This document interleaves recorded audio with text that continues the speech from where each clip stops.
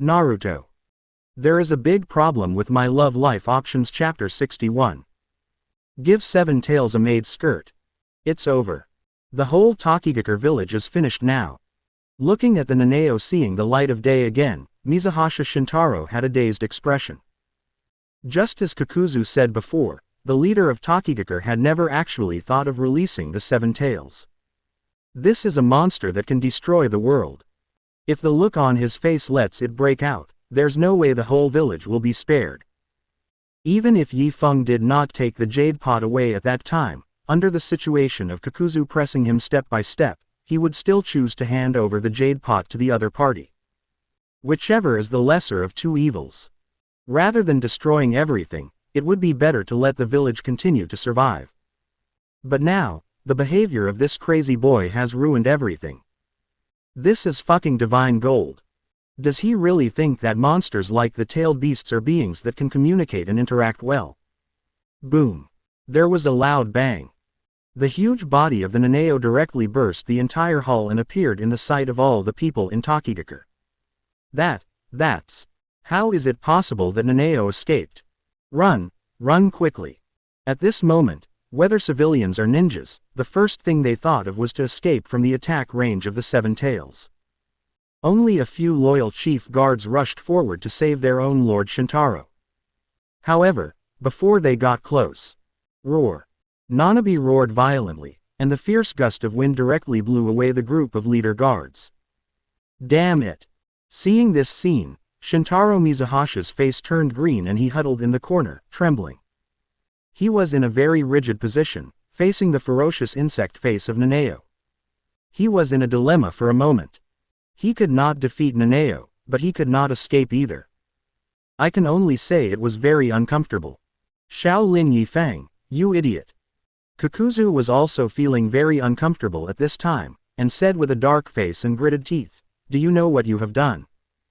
The original threat to Mizuhasha Shintaro was because he was sure that the other party would not dare to really unseal the tailed beast. I just didn't expect that. He saw through the leader of Tokigakure, but he didn't understand his teammates. I originally thought that recruiting the tailed beasts as new companions was just a joke from the boy, but it turns out that this guy is actually serious. Even he felt a little scared when facing the angry true form of a tailed beast. What's more, his teammate is a little idiot who hinders him and makes trouble. How can he play like this? I told you before, Kakuzu-senpai. Yi Feng stood in front of Nanao and said calmly, "I'm trying to win over new companions. You lunatic, I won't keep you company anymore." Kakuzu cursed angrily and prepared to run out of the hall. He has never seen such a lunatic in his decades of life. Who the hell is crazy enough to regard the tailed beast as a companion?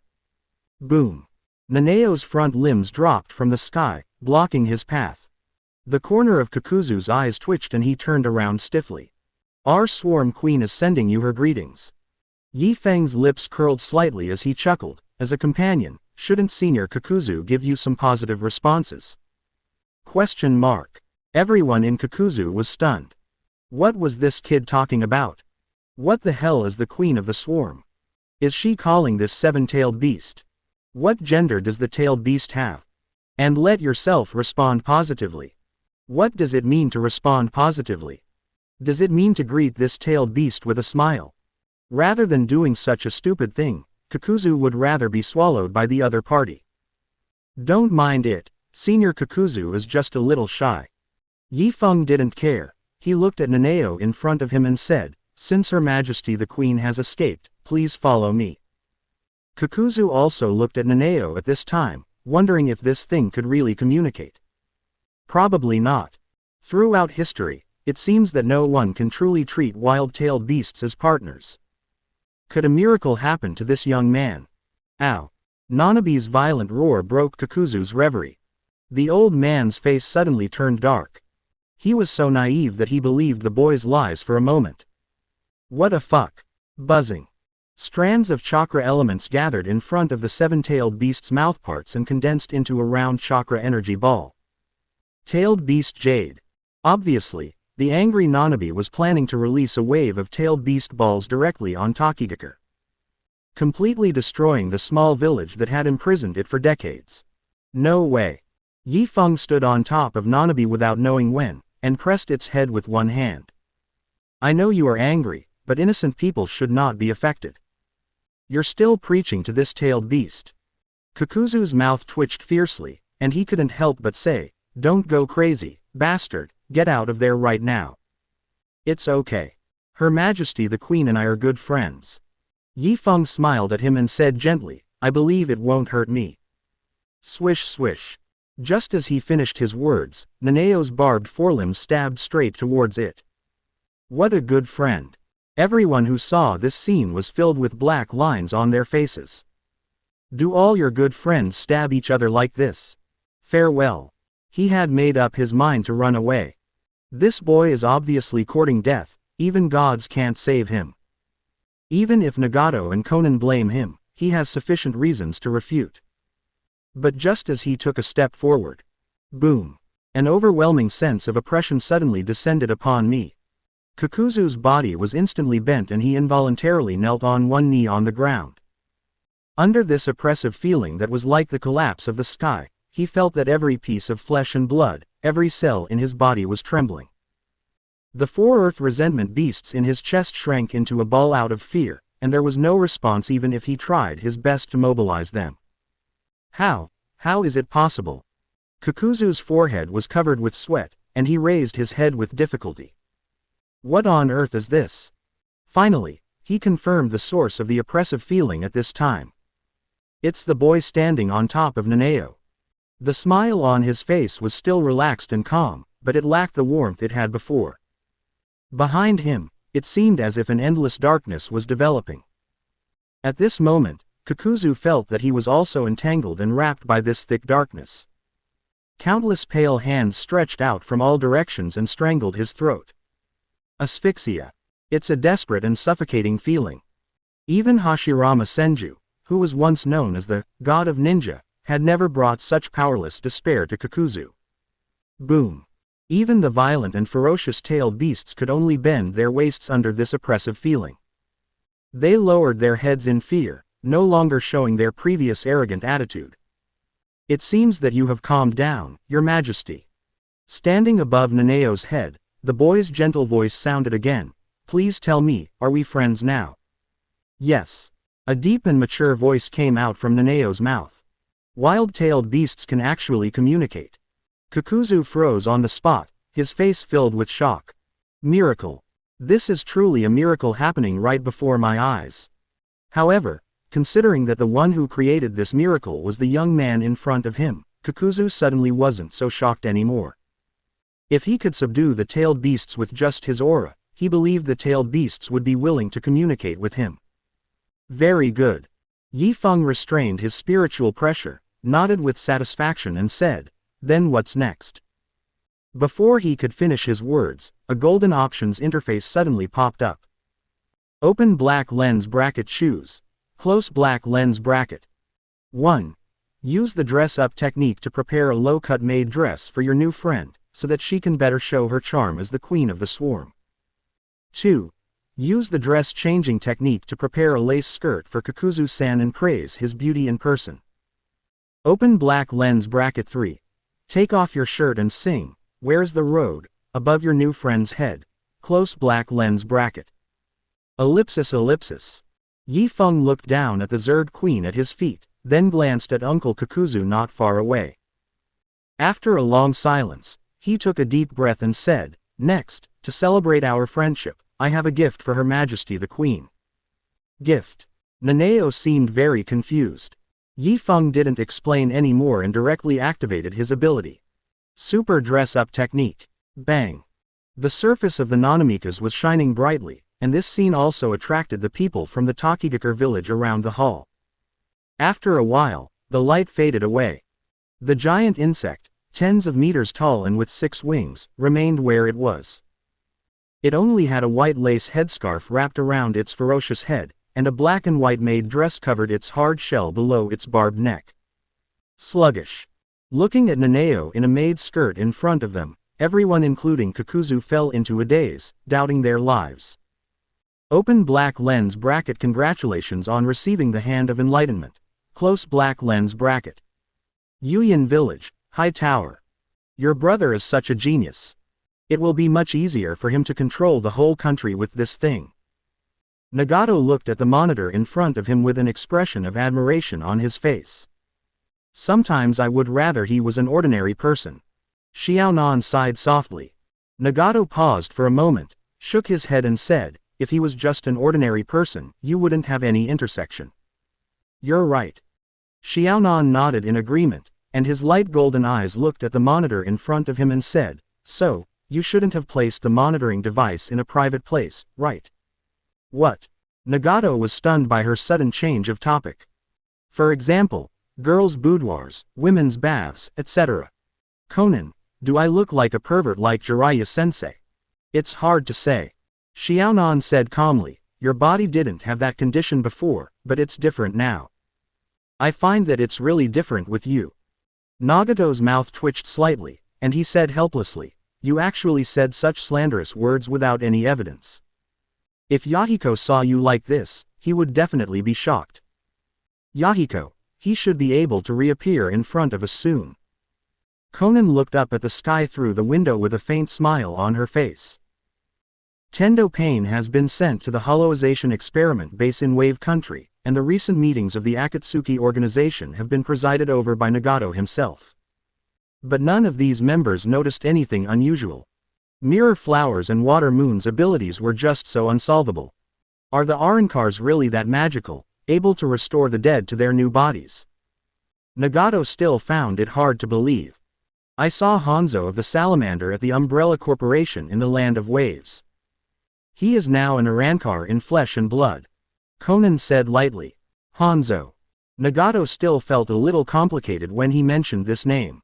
There is not much hatred left. From the moment he controlled Tendo Pain to kill the other party, his hatred had disappeared. But he didn't expect that he would come back to life, and now they are partners in the same camp. Even when Yahiko is resurrected in the future, the two of them will have to work together. This is outrageous. To make two people who were originally full of hatred put aside their prejudices for a common great goal, this should have been Yahiko's original ideal, right? Conan looked out the window and said softly. Nagato nodded slightly and said with emotion, what Yahiko didn't do, your brother did. Mr. Nagato, Mr. Conan. A young female voice sounded from outside the door, saying, Mr. Kakuzu is here. We've seen it, let him in. Nagato said lightly. It is good. Do you have any comment on your new disciple? Nagato looked at Conan with his lilac-rippled pupils, and asked with a puzzled look, will she become the Savior's partner in the future? If the original plot develops according to the original, she will be turned into an animal by you in a few years. Xiaonan said frankly. The animal realm. Nagato was stunned for a moment, then sighed, that's really cruel. Squeak. While they were talking, the door opened. Kakuzu, wearing a black robe with red clouds, walked into the door and was visibly stunned when he saw Nagato standing next to Conan. Are those eyes the Samsara eyes? How come? In addition to Tendo Pain, there is actually another pair of Rinnegan. This should be impossible. Looking at your expression, I'm probably not the Tendo Pain form in your eyes. Nagato saw through his thoughts at a glance and said calmly, don't be surprised. This means that Yifeng has already regarded you as one of his own. What? Kakuzu stood there in confusion. During this mission to capture the Seven Tails, you should have seen all the magical powers of Yifeng, right? Conan looked at Kakuzu with his pale golden pupils and said in a cold voice. Kakuzu's eyes widened, and he said with a moved expression, are you guys? Yes, we have long been aware of Yi Fengjin's abilities and strength. Xiaonan nodded and said calmly, in other words, we are truly in the same group. Hiss. Kakuzu sucked in a breath of cold air, feeling as if he had been screwed. We are all members of the same organization, but you are just playing in a small circle here, right? Then what's the point of having this organization? Why don't you just disband and play your own games? The current composition of Akatsuki's personnel is quite mixed. We will explain it to you later. Nagato said, picking up a document from the desk beside him and handing it to Kakuzu. Now, please help us check if there is any problem with this report. This report should be more accurately described as a financial statement. The purchase price of various raw materials is marked with a black pen, and the profit margin after making the finished product is written with a red pen. Kakuzu only took a cursory glance at it, then put down the list in his hand, and said with contempt, "Whoever made this, there are at least 7 stupid mistakes in it. If I were to revise it, the price of the raw materials would be reduced by at least 30% and the profit would be increased by 50%. Conan and Nagato looked at each other and said in unison, "Very good, from today on you are our Minister of Finance." Kona has underground base. Kushina looked at the strange creature standing proudly on the platform not far away, with a curious expression on her face, and said, "A super hybrid of the tailed beast's chakra and the hollow form. Did your experiment succeed?" This strange creature was more than 10 meters tall, with a milky white bone mask covering its head, a hard shell covering its body, and 6 huge arms extending from both sides of its waist and abdomen. Just by looking at its appearance, you can tell that this monster is very difficult to deal with, and it exudes a fierce and tyrannical aura. It's half successful. Yi Feng shook his head and said softly, "Just as I expected, the hollow matter and the chakra of the tailed beasts can indeed fuse with each other, but the strength after the fusion has not reached the level of the great hollow that I want." "You're already very good." Mrs. Makoto picked up a piece of cut apple and handed it to Yifeng's mouth. Even a cage-level ninja would find it difficult to encounter a monster like this, right? Yifeng chewed the apple twice and swallowed it, saying calmly, "Actually, I don't plan to put them into battle. The intelligence level of this kind of thing is too low, and it's too troublesome to micromanage it." The two ladies were stunned at the same time. Why not use this ferocious-looking monster to fight? The first is to improve the hollow material.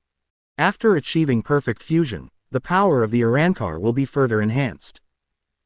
Yifeng gently patted Kushina's thigh with his palm and explained, "The second is that these failed products can be directly sent to the factory to replace the heavy work that requires manual labor."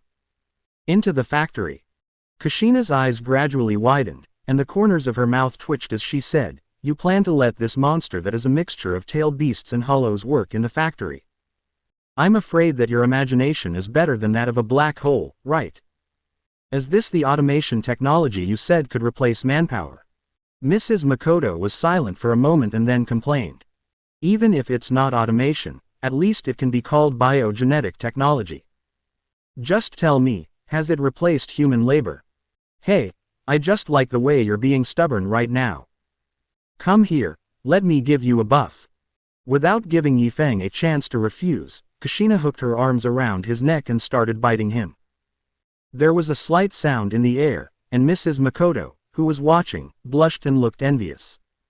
For a long time, the lips are divided. Tisk, this is really frustrating. Kushina smacked her lips and sighed, "This ghost body doesn't feel like I'm participating at all." Okay, you've already eaten the meat, but you still say you can't smell the meat, right? Mrs. Makoto looked at her with contempt.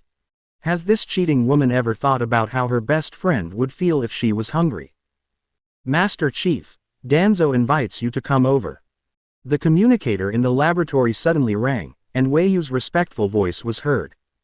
The Land of Fire, Short Book Street. A cute blonde girl with a ponytail slipped out of the hotel window quietly.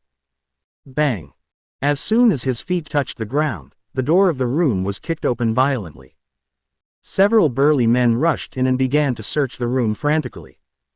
"That guy isn't even here. Damn it, we've been fooled again. How abominable."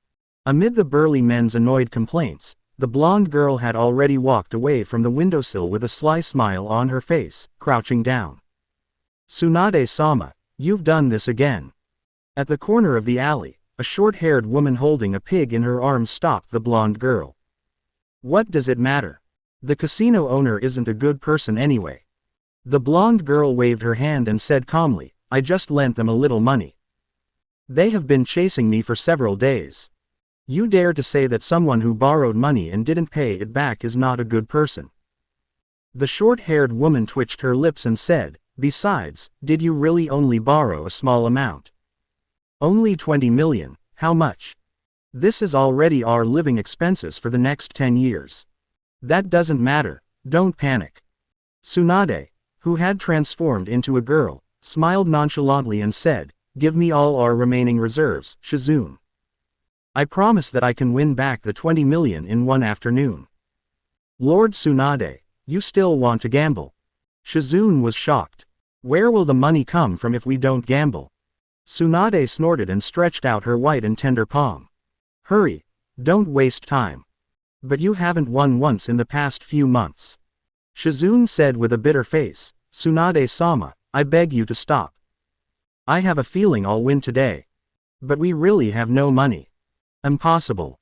Tsunade was stunned and stared. "Where is the reserve fund?" "Mr. Yoshino from the money house came to my house last night, and I have already given it all to you to settle your account." Shizu sighed. "You." Tsunade's lips moved, and the expression on her face suddenly wilted like an eggplant hit by frost. She could refuse to pay without any psychological burden, since she had become accustomed to it. But she couldn't blame Jingyan for being honest and trustworthy, so she could only hold her breath in her chest in discomfort. Lady Tsunade," Shizune called out cautiously. "What are you doing?" Tsunade glanced at her and said angrily, "I'm in a bad mood. Don't bother me if you don't have anything to do. I was just trying to say that Hokage-sama sent you a letter." Shizune said softly, lowering her head. "That old man actually sent me a letter." Tsunade raised her eyebrows and said in surprise, "This is really a rare thing. Did he say a bunch of disgusting and sentimental words to persuade me to go back?" "I didn't say anything sentimental this time." Shizune paused and said, "I just hope that you can take his sake and return to the village to accept a talented student who is very interested in medical ninjutsu." "Accepting students?" Tsunade sneered, and said with a face full of sarcasm, "Write to me to reply to that old man. His old face has no face in front of me. I have no intention of returning to Konoha, so let him give up on this idea." "But, Lord Hokage offered a mission reward of 2 million per day," Shizune whispered. Tsunade was stunned and snorted, "What a joke. Do I care about those 2 million people?" Shizune opened her mouth to persuade the other party to consider their living difficulties, but Tsunade changed the subject and whispered, "Raise the price to 4 million and ask the old man if he is willing." Konoha, Danzo's residence. "You did a good job, Yi Fang." Looking at the head of Yamanaka Feng in front of him, Danzo's gloomy face finally showed a smile. "This stupid traitor has finally paid the price he deserves." Weiyu, who was standing behind Danzo, couldn't help wanting to laugh. From her perspective, the human head looked like a half-rotten cabbage. As for the real Yamanaka K's and the previous Chen, they are now imprisoned in the Reformation prison of Wave Country. Although the life of stepping on the sewing machine every day is a bit boring, at least there is no worry about life. Betraying Lord Danzo is equivalent to betraying Konoha. You deserve to be killed. Yi Feng said solemnly. "It is good." Danzo nodded with great satisfaction and sighed, "It's a pity that I only now know who is the truly loyal person in this route. It's really ridiculous. Now I am imprisoned. It can be said that I have brought this upon myself. I think it's not too late now." Yi Feng lowered his head and said, "The Hokage and the two elders just don't understand you temporarily. Sooner or later they will understand that you have always been loyal to Konoha. I no longer need the understanding of those incompetent fools." Danzo snorted, his expression revealing undisguised contempt. He is now completely disappointed with his old friends and feels that working with this bunch of corrupt people is a violation of Konoha and the will of fire. Those bastards don't know anything, they just know how to give orders. Danzo had been loyal to his duties for the further prosperity and growth of Konoha, but in the end he ended up with such a miserable end. He couldn't tolerate such a result no matter what, he had to make those idiots pay the price. "But you were right about one thing. It is not too late now." Danzo took a deep breath and suppressed his indignation. "Those idiots don't know what I really rely on. They have never seen it." Scoff. The bandages on his face and arms crumbled, revealing white bone covering his skin. What is a super ninja? A light of ambition blossomed in Danzo's eyes. Lord Danzo, have you completed your research? Yi Feng pretended to be amazed. Humph, stupid Hiruzen is no match for me now. Danzo grinned and said proudly, the plan for the new Konoha can start now. New Konoha. Yi Feng showed a look of surprise on his face. This wasn't entirely fake, it was also the first time he heard Danzo express his feelings in this regard to him. Today's Konoha has been made dark, dirty and turbulent by those idiots. It has long lost the original intention of the first and second Hokage. Since I have the power to change everything, why can't I create a new Konoha? Danzo said lightly. Oh my god, this guy really has the nerve to say that. Kushina in the Soul Pearl was completely stunned and said in disbelief. The darkness, dirtiness and foulness of Konoha were caused by someone else. It has nothing to do with him. This Danzo is so shameless. Even the good-tempered Mrs. Makoto couldn't help but want to curse. Not to mention the two ladies, Yi Feng felt a nausea like a fishbone stuck in his throat. But he finally controlled his emotions and asked gently, Are you serious, Danzo? I will keep my word. Danzo raised his hand and clenched his fist, saying calmly, Tomorrow morning, the two of you will follow me to the Land of Waves. The Land of Waves. The Umbrella Corporation is the starting point of our new Konoha. How dare Hanzo Salamander enjoy the resources of the super ninjas alone? They belong to me and the new Konoha. Yifeng and Weiyu looked at each other and said respectfully in unison, We are willing to serve Master Danzo. What the hell, that guy Danzo is actually going to create a new Konoha. In the Hokage's office, two advisors, Mito Kato and Inyutain Kaharu, showed deep disbelief on their faces. This is unforgivable, this is divisive. We cannot tolerate this happening. Calm down, both of you. Sarutobi Hiruzen, who was sitting at the desk, blew out a smoke ring and said lightly, I think Danzo is just talking, there is no need to take him seriously. Just talking. Yutain Kaharu frowned and said, Hiruzen, how do you know he won't actually take action? The root has been disbanded, and the only two subordinates around him are also loyal to us. Sarutobi Hiruzen calmly held a cigarette in his mouth and smiled. Who in the whole of Konoha do you think will support Danzo? That does make sense. Yutain Kaharu's expression returned to calm. Danzo, the road is getting narrower and narrower. Mito Kato looked helpless and took a breath and said, if Tobirama-sensei was still alive, would he dare to say that he wanted to create a new Konoha? What I find most incomprehensible is that he still hasn't suspected Yifeng. Yutain Kaharu lowered her eyes and said thoughtfully, it seems that our division of labor was wrong. This old guy is a spy. I think Yifeng is a good kid. Sarutobi Hiruzen shook his head slightly and said calmly, he is so good that even Danzo may have doubted him but he is still unwilling to let go. It's hard for that kid. Yutain Kaharu sighed emotionally and said, we agreed not to let Danzo find him again, but it hasn't even been a week yet. He's willing to sacrifice for Konoha. What a good talent. Mito Minyan nodded in agreement and said, I see the shadow of Minato back then in him. Well, if Minato were still alive, I would definitely be able to chat with him. Sarutobi Hiruzen looked at the portrait of Minato hanging on the wall and said with a rather regretful expression, what a pity, God is jealous of talented people. Silence. The atmosphere in the Hokage's office became a little silent because of Sarutobi Hiruzen's exclamation. After a long while, Yutain Kaharu spoke again. Do you think the super ninja plan in Yifeng's report is true? It's very likely true. Mitoman stroked his beard and analyzed, if Danzo didn't get any definite benefits, why would he be so anxious to go to Wave Country to rob someone else's company? Indeed. Yutain Kaharu nodded slightly and agreed. And the opponent is that salamander Hanzo, he is no small character. I think Danzo must have enough confidence in himself to decide to take action. That's not bad. Mitoman smiled and said, if Danzo really takes over Hanzo's business, it will be considered a contribution to Konoha. What if he fails? Sarutobi Hiruzen said calmly. That was Danzo's personal behavior and has nothing to do with us in Konoha. Yutain Kaharu continued. Sarutobi Hiruzen opened his mouth and wanted to say something, but he heard a shout from outside the door. Get out of here. Wait, Lady Tsunade. The Hokage and 2 advisors are in a meeting inside, you can't. Bang. Before the blocking ninja could finish his words, the office door was violently broken open. Tsunade, a blonde with a big heart, walked straight in.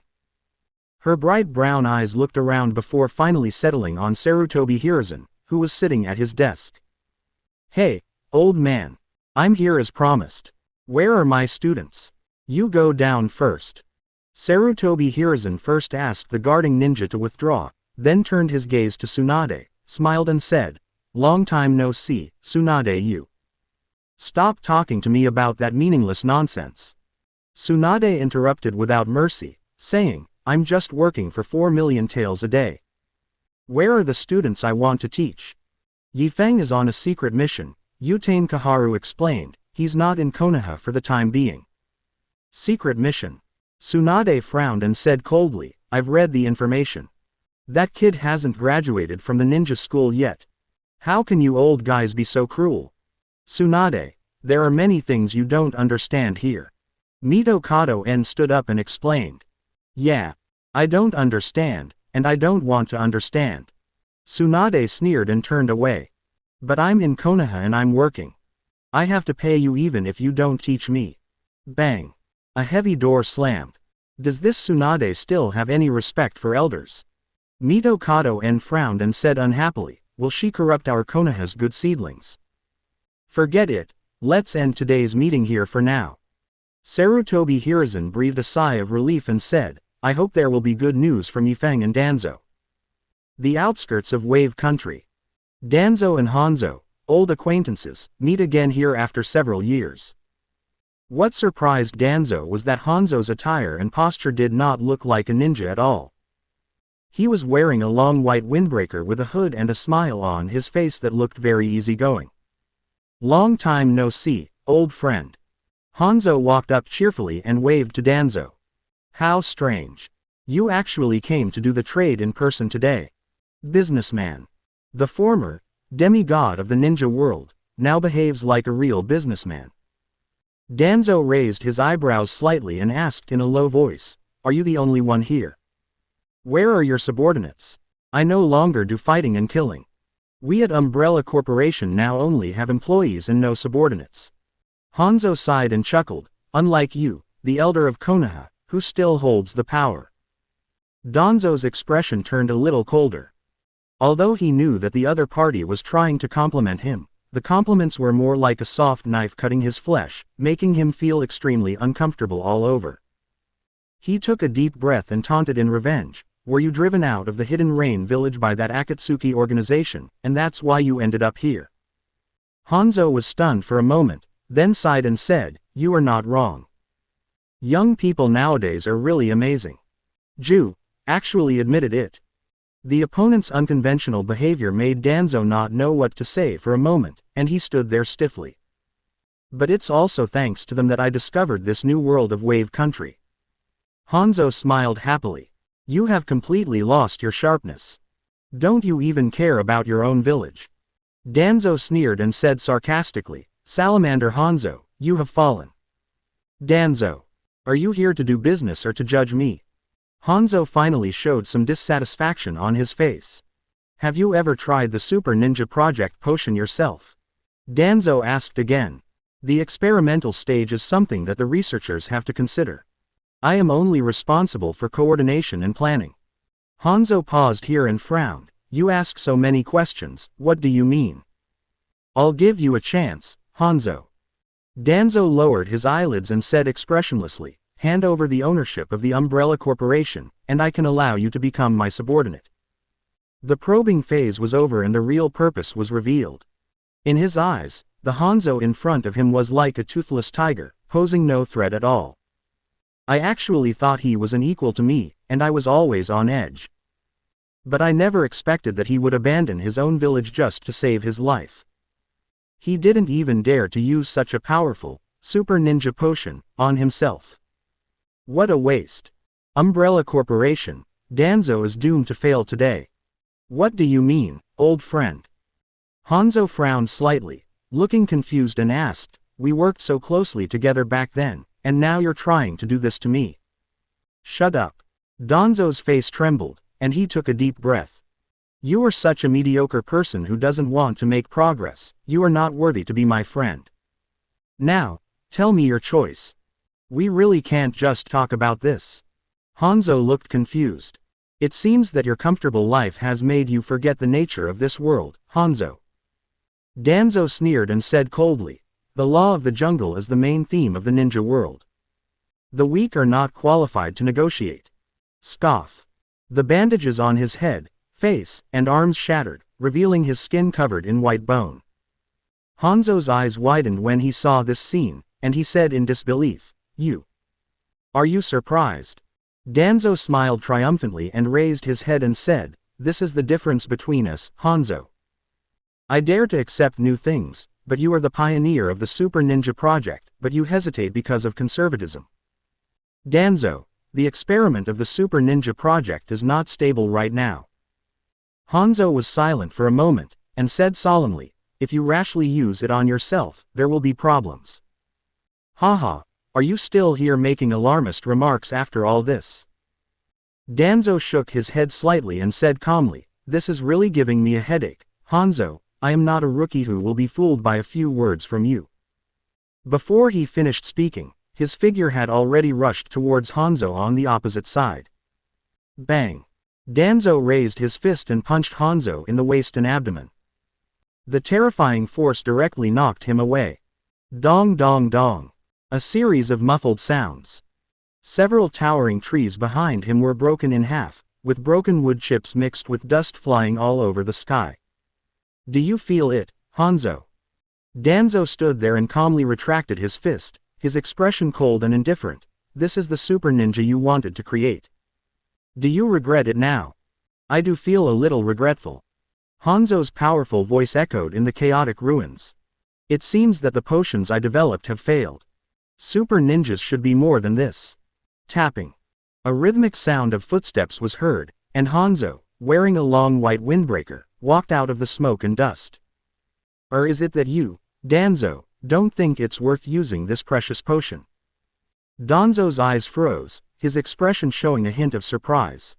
Except for an inconspicuous scratch on the collar of his windbreaker, Hanzo was almost unharmed. How could this be? The punch he just threw was obviously powerful enough to split mountains and rocks. Hanzo was obviously just an ordinary flesh and blood body. How could he still stand up? How could it appear in front of me intact? You just said that what I said was alarmist.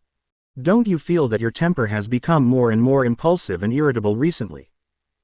Hanzo patted the dust on his clothes and said calmly, "If you continue like this, you might turn into an unconscious beast, my old friend."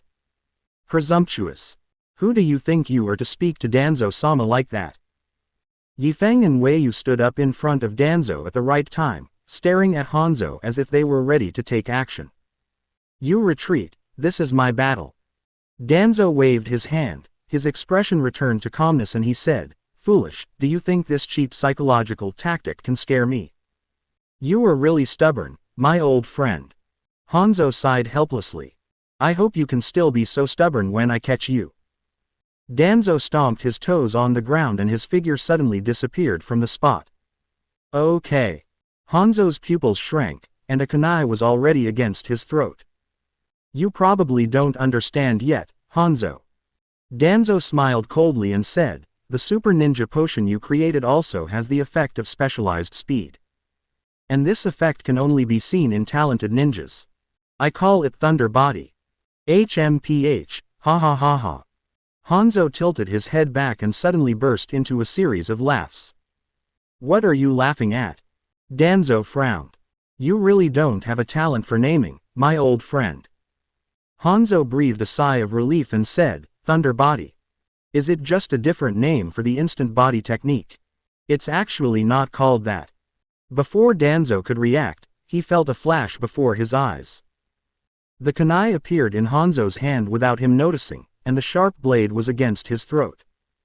"Hibiki. Its real name is actually Hibiki."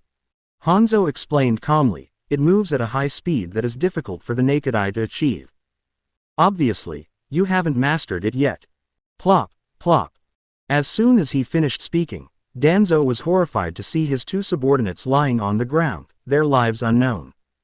Moment. It only took the opponent a moment to not only take away his kunai but also deal with his two powerful subordinates. The most important thing is that Danzo didn't see the whole process at all. Just a blur of light flashed by, and everything was over. Super Ninja. At this moment, Danzo finally understood what a true Super Ninja is. Didn't you say that you didn't personally participate in the experiment? When Danzo said this, his tone was obviously filled with a hint of indignation. This old bastard is not kind at all. He really pretends to be a businessman to cheat and attack honest people like him. Indeed, I don't. Hanzo lifted his hood, revealing a white bone covering his chin. Because the raw materials for the medicines sold to you were extracted from me. What? Danzo's eyes widened and an expression of disbelief appeared on his face.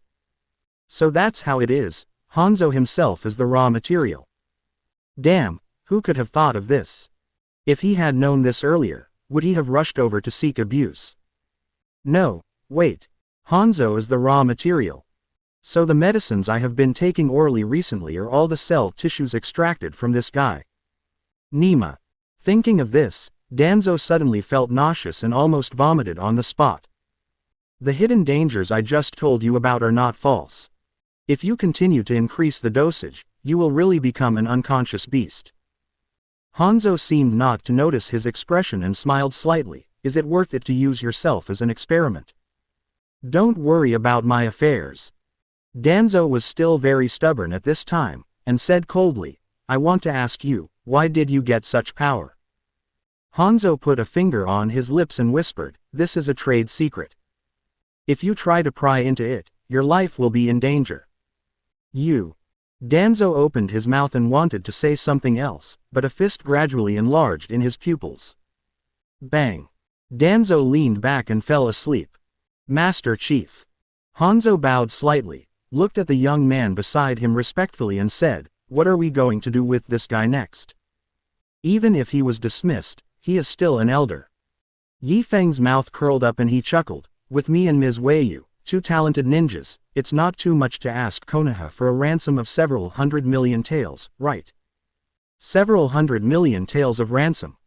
Hanzo was stunned, and looked at Yi Feng with a gaze as if he was admiring a mountain. As expected of the leader of the Wave Country, this little brain is really smart.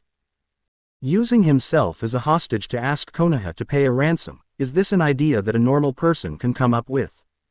Wave Country, Chief's office. Yi Feng sat in the boss chair next to the desk, fiddling with the circuit components in his hands.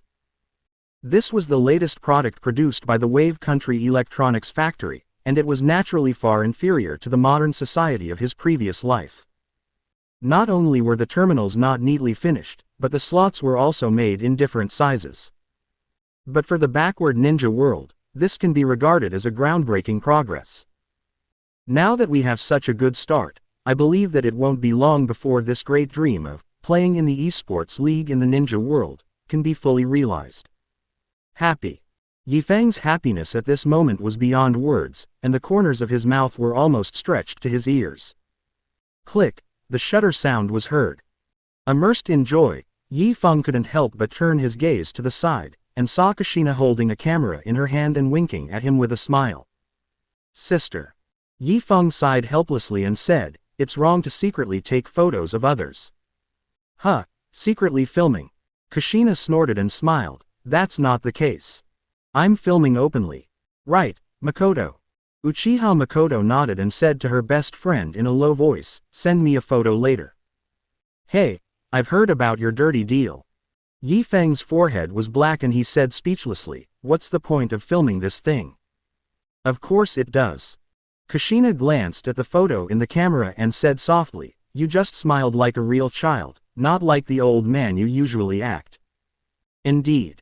Mrs. Makoto nodded in agreement. Am I really that old? Yi Feng touched his face subconsciously. Yeah.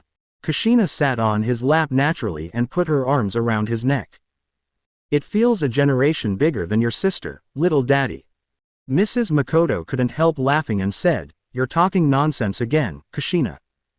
"Hey, I feel like this name is very exciting." Kushina seemed to have opened the door to a new world, blinking her eyes and said, "Why don't you try calling me that, Makoto?" "Thank you, but you don't have to." Mrs. Makoto shook her head decisively and refused. The corner of her mouth twitched and she said, "I can't play this kind of little game." "Tisk, look at her." Kushina patted Yifeng's shoulder and pursed her lips and said, "She's already in your shape, but you still can't let her go. In this case, you need to discipline her well, don't be reluctant." Yifeng gave two awkward laughs and didn't respond. "Chief, Danzo is awake." Mrs. Rina's voice came from the communicator. "According to the original plan, let Lord Hanzo go and negotiate with him first." Yifeng gave the order and said lightly, "Yes." Mrs. Rina responded respectfully and the call was disconnected.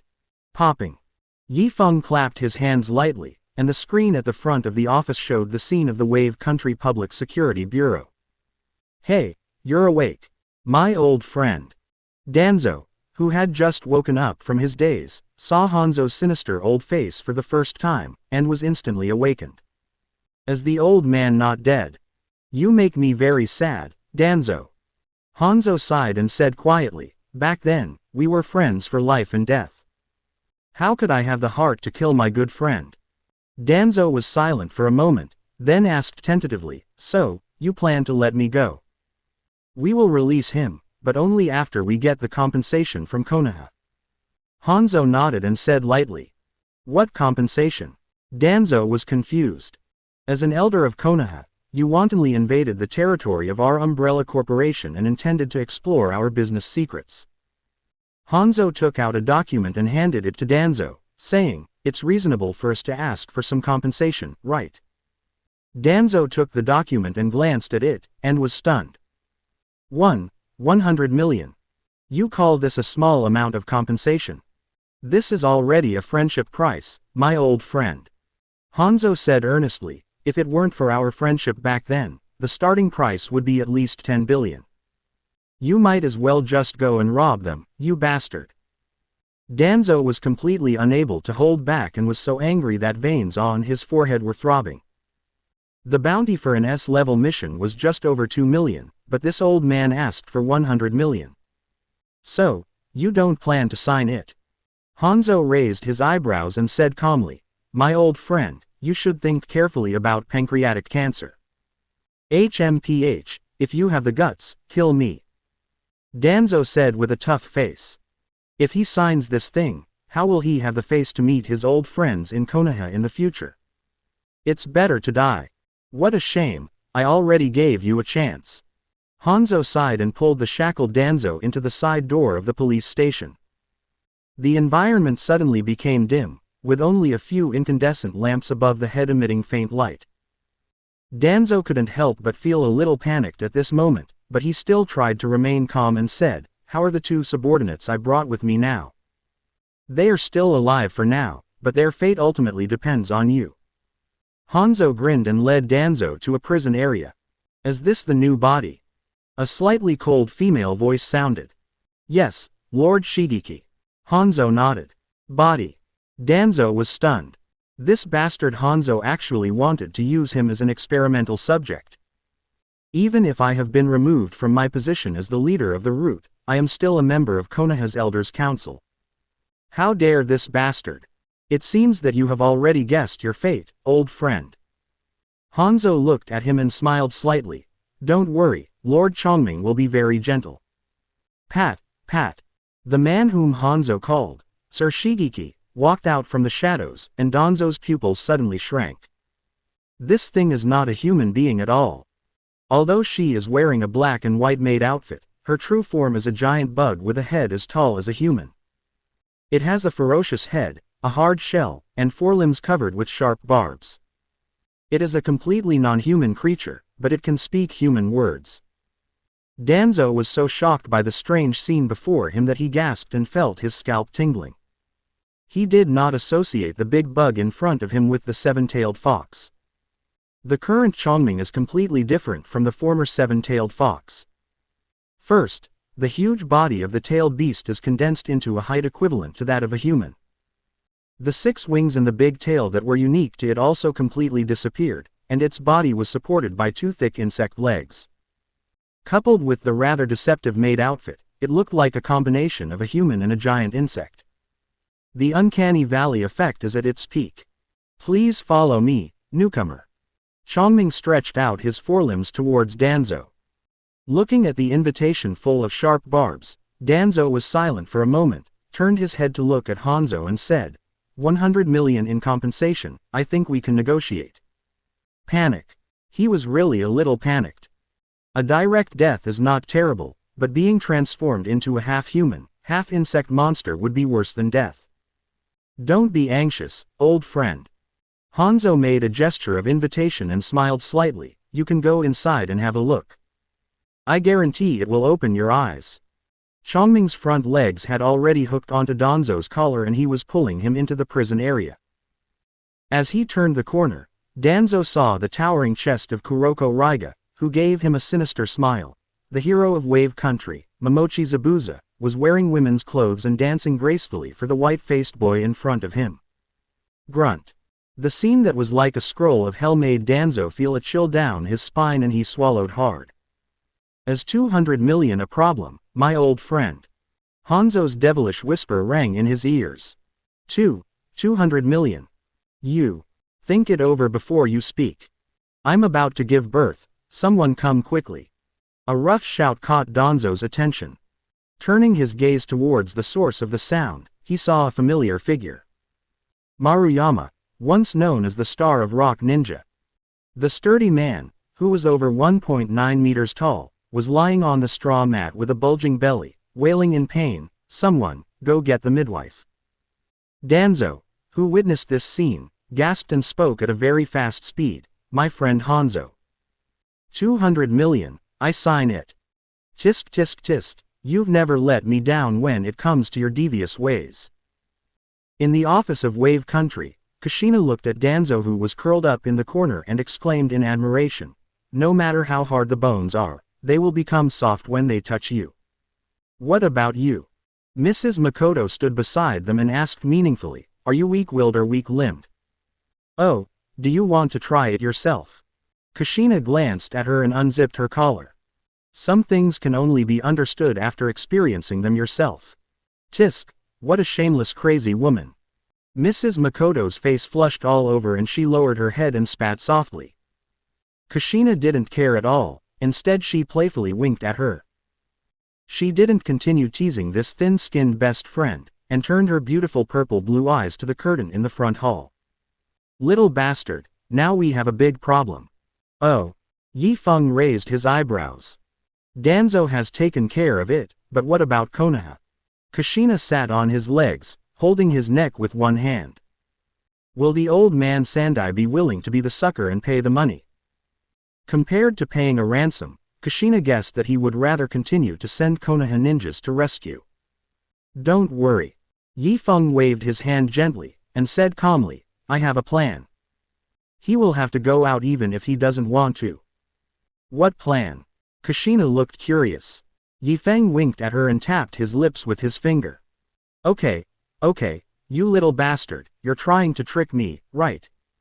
Kushina grinned and looked at her best friend beside her. Makoto, come over here and help. Ah, me. Mrs. Makoto was caught off guard and stood there at a loss. Forget it, I was just joking. Yi Feng hadn't expected Kushina to do this, so he quickly tried to smooth things over. Don't take it seriously. Now he no longer has any psychological burden to tease his sister, instead it becomes a little fun between the two of them. But Mrs. Makoto is obviously not up to it yet, she is a little short of the right level. But just as Yi Feng finished speaking, Mrs. Makoto suddenly came up to him at a very fast speed and touched the corner of Yi Feng's lips. A soft sound. Makoto and Yi Feng looked at each other for a few seconds, and a subtle and ambiguous atmosphere gradually spread in the office. Oh, finally taking this step. Kushina, who was watching from the sidelines, was also stunned for a moment before she teased, My dear Mrs. Makoto, how does it taste? It's just like you said. I don't feel involved at all. Mrs. Makoto pretended to be calm, but her rosy cheeks and wisps of white smoke coming out of her head betrayed her. Kushina hummed noncommittally, pinched Yifeng's cheeks with one hand, leaned over and nibbled on his mouth. I'll reward you with double the happiness. Now tell me your plan. How are you going to make the third Hokage pay the ransom even if he doesn't want to? Well, it's actually very simple. Yifeng coughed lightly and smiled, just take a few blackmail photos. If the Hokage doesn't pay the ransom, I'll release these blackmail photos to the entire ninja world. Blackmail photo. Kushina was stunned for a moment, and slapped Yifeng's thigh fiercely. As expected of you, you can even think of such a dirty trick of blackmail. You little bastard are so insidious, cunning, and shameless, you are absolutely unparalleled in this ninja world. The smile on Yifeng's face disappeared, and the corners of his mouth twitched slightly as he said, I really appreciate your compliment. Bang bang bang. There was a rhythmic knock on the door. Chief, let me do your makeup. The door opened and Mrs. Rina walked into the office carrying a makeup bag. When the other party knocked on the door, Kushina and Makoto had already returned to the soul-containing pearl and were observing the situation outside with their eyes open. The purpose of makeup is to make Yifeng look miserable, so that it will seem reasonable when he returns to Konoha. Mrs. Rina opened her makeup bag and quickly started applying makeup, applying powder, blending. The whole set of movements was smooth and completed in one go. Yifeng looked at his miserable appearance in the mirror and praised sincerely, Mrs. Lina's craftsmanship is really amazing. There's something even more powerful. Would you like to try it, Chief? Mrs. Rina put her red lips close to his ear and stroked his chest and gradually moved her hand downwards. Quick, promise her. Kushina's voice suddenly sounded, and she said excitedly, let us also watch it carefully. This woman is even more immoral than you, Kushina. Uchiha Makoto was a little depressed, but also a little envious. She can't do it. Even if I think so in my mind, I can't be as relaxed as Rina and Kushina when I actually take action. Could it be that all the women in the Uzumaki family are of this action-oriented nature? Damn it, Uchiha misled me. How about another day? Yifeng showed a very stiff smile on his face, trying to ease his embarrassment. He wanted to try it, but the problem was that it didn't have that function. If he wanted to drive a car without a steering wheel, would he try it with his head? I think you need to do some effective camouflage on other parts of your body. Mrs. Rina reached out and unbuttoned his collar, and murmured in a low voice, Chief, you don't want to be discovered by the people of Konoha. Yifeng sucked in a breath of cold air. Why do all the ladies around him like to play the game of reverse Tien Gang? I just complained in my heart, and suddenly I felt a little cold on the right side of my neck. I tilted my head to look at her, and the corner of my mouth twitched slightly as I said, Mrs. Rina, you are drooling. Are you really trying to pretend for me? Oh my, maybe I didn't sleep well last night. Mrs. Rina showed a foxy smile on her face and said in a calm voice, Don't worry, leader, I will help you clean it up. He leaned his head forward and pressed his lips to the spot where his saliva was dripping. Bah! The loud sucking sound echoed throughout the office. This scheming woman. Uchiha Makoto's face was filled with indignation, but her black eyes stared at the scene without blinking. There's actually this trick. Kushina's eyes widened, with an expression as if she had learned something. Ha ha. While the two ladies were watching the operation, the secretary standing behind Yifeng began to tremble slightly as if she had received an electric shock. She held onto Yifeng's collar tightly with both hands and gasped for air. Makoto and Kushina looked at each other. Why did this scene look like? No way. I just sucked on my neck, is it that outrageous? Yifeng had already stood up with a complicated expression, and helped his limp secretary through her clothes to sit on the chair. He was the only one who knew clearly that this was the passive effect of his Holy Sun constitution being triggered. The probability of making female creatures that come into physical contact enter a trance is really strong. But he really doesn't want this passive ability. It is simply a painful torture for him now. At this time, Danzo also felt tortured in the dungeon of Wave Country. He is writing a letter. Writing a letter for help to his good friend Sarutobi Hiruzen was an intolerable humiliation for such a proud man. But looking at Heichu-Leia on the left side of the prison where he was, and Maruyama on the right side, he could only grit his teeth and swallow the humiliation. It took a very long time to finally finish writing the letter. Hanzo, who was acting as the supervisor beside him, took a closer look and praised, "Your writing is quite good, my old friend." "That's enough." Danzo was very tired now and just wanted to have a good rest. "The letter is fine, but we still need a few photos." Hanzo grinned and said softly, "Old friend, you should cooperate with us, right?" Open black lens bracket Hiratsun Kai. Close black lens bracket. Shimura Danzo, became greedy at 2 p.m. yesterday and launched a surprise attack on Mr. Hanzo, the president of the Umbrella Corporation. Unfortunately, I was outclassed and ended up in prison. I feel deeply ashamed and wanted to die to repay Konoha for its years of cultivation. But tonight I suddenly realized that I still have some regrets and cannot talk about death lightly. Konoha is now weak and poor, with a lot of things to be rebuilt, and the ninja world is surrounded by wolves, eyeing them covetously. I still need to remain useful and contribute to the future of Konoha.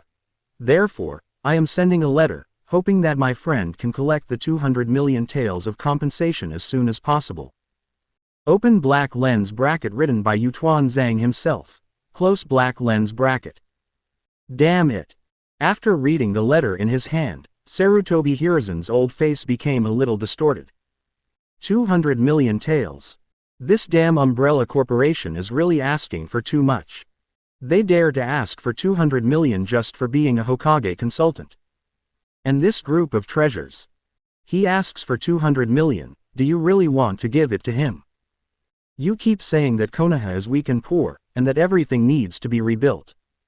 If you know that Konoha is poor, how dare you ask for money? Commit suicide, you damn bastard, why don't you commit suicide? When you left, you were so arrogant and wanted to create a new Konoha. Now you've turned into a clown and you're pretending to be loyal to Konoha. He just couldn't understand when his old friend became so shameless. Sarutobi Hiruzen took a deep breath, crumpled the letter into a ball and threw it into the trash can. Just as Kushina expected, his first reaction was not to pay the compensation. 200 million was not a small amount even for a large ninja village like Konoha. Of course we have to save that person, after all, he is an old friend we have known for many years. But compared to paying money, it is obviously more cost-effective to let the Konoha ninja sneak in to rescue people. Having already thought out a plan in his mind, Sarutobi Hiruzen looked at Yi Feng, whose face was covered with scars, and said, I already know what happened. It was Danzo who did this himself. Humph, that elder Danzo is really brave. Tsunade, who was sitting on a chair next to him with her legs crossed, said with a mocking smile, he dared to seize the territory of Hanzo of the Salamander with his two subordinates.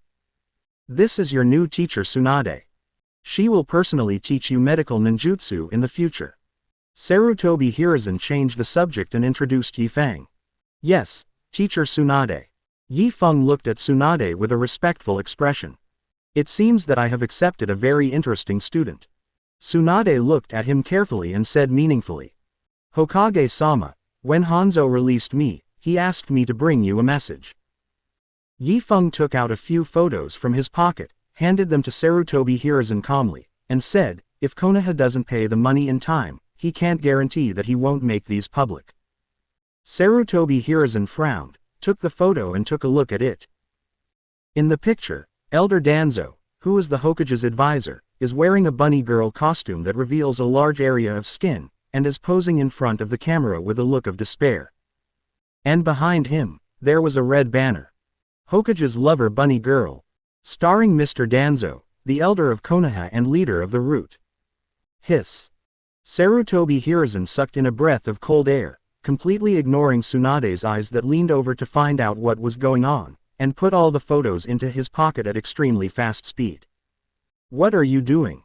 You won't die from just looking at it. His behavior made Tsunade even more curious. What kind of photo could make this old man lose his composure like this? Yi Feng, you've suffered. Sarutobi Hiruzen ignored her again and patted Yifeng's shoulder affectionately. Go back and have a good rest. Don't think about these unpleasant things anymore. The subtext is to ask him to forget the images in these photos from his mind and not mention them to anyone. Yes, I'll take my leave. Yifeng nodded calmly, turned around and left the Hokage's office. If there's nothing else, I'll leave too. Tsunade waved her hand and prepared to leave. Tsunade, Yifeng is a good candidate for our Konoha. Sarutobi Hiruzen looked at her and said earnestly, if he makes you unhappy in any way, please bear with him. Still as talkative as ever. Tsunade disappeared from his sight without even turning her head. It was not until the Hokage's office became quiet and deserted again that Sarutobi Hiruzen lit a cigarette and took out the photos of Danzo from his pocket. After reading it all carefully, the corners of my mouth couldn't help but twitch crazily.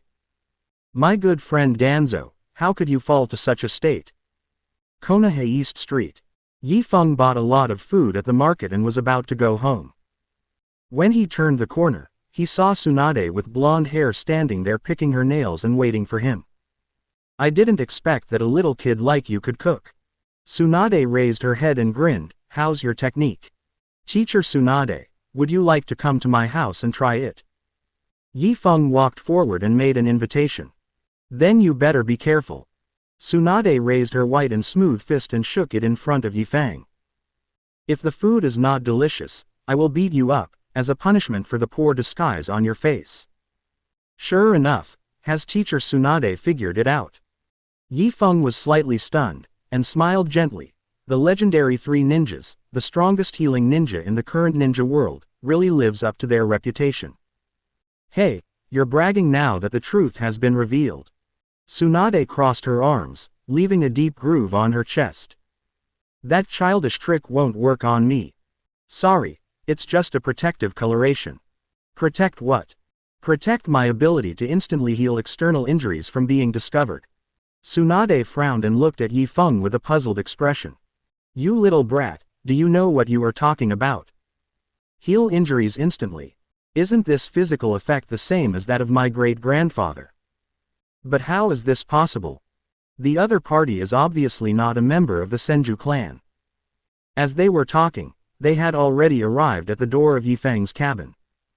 Taking out the key and opening the door, Yifeng directly took out a kitchen knife and put it against his wrist. Stop. Tsunade's pupils dilated instantly, and she spoke to stop Yifeng's self-harming behavior. No need to continue, I believe you. Since he dared to do this in front of me, it didn't matter whether he cut it or not. This was enough to prove that what he said was not groundless. This kid really had the ability to heal external injuries instantly. If that's the case, then it's normal for him to pretend. As a member of the Root, this child must have experienced a lot of the dark side of Konoha. With such a rare physique, of course he would want to hide from being discovered. Thinking of this, Tsunade's expression gradually eased, and she sat down at the long table in the living room. That old man really found a treasure, which is really annoying. Forget it. According to the custom of this village, talk to me, your new teacher, about your future ideas.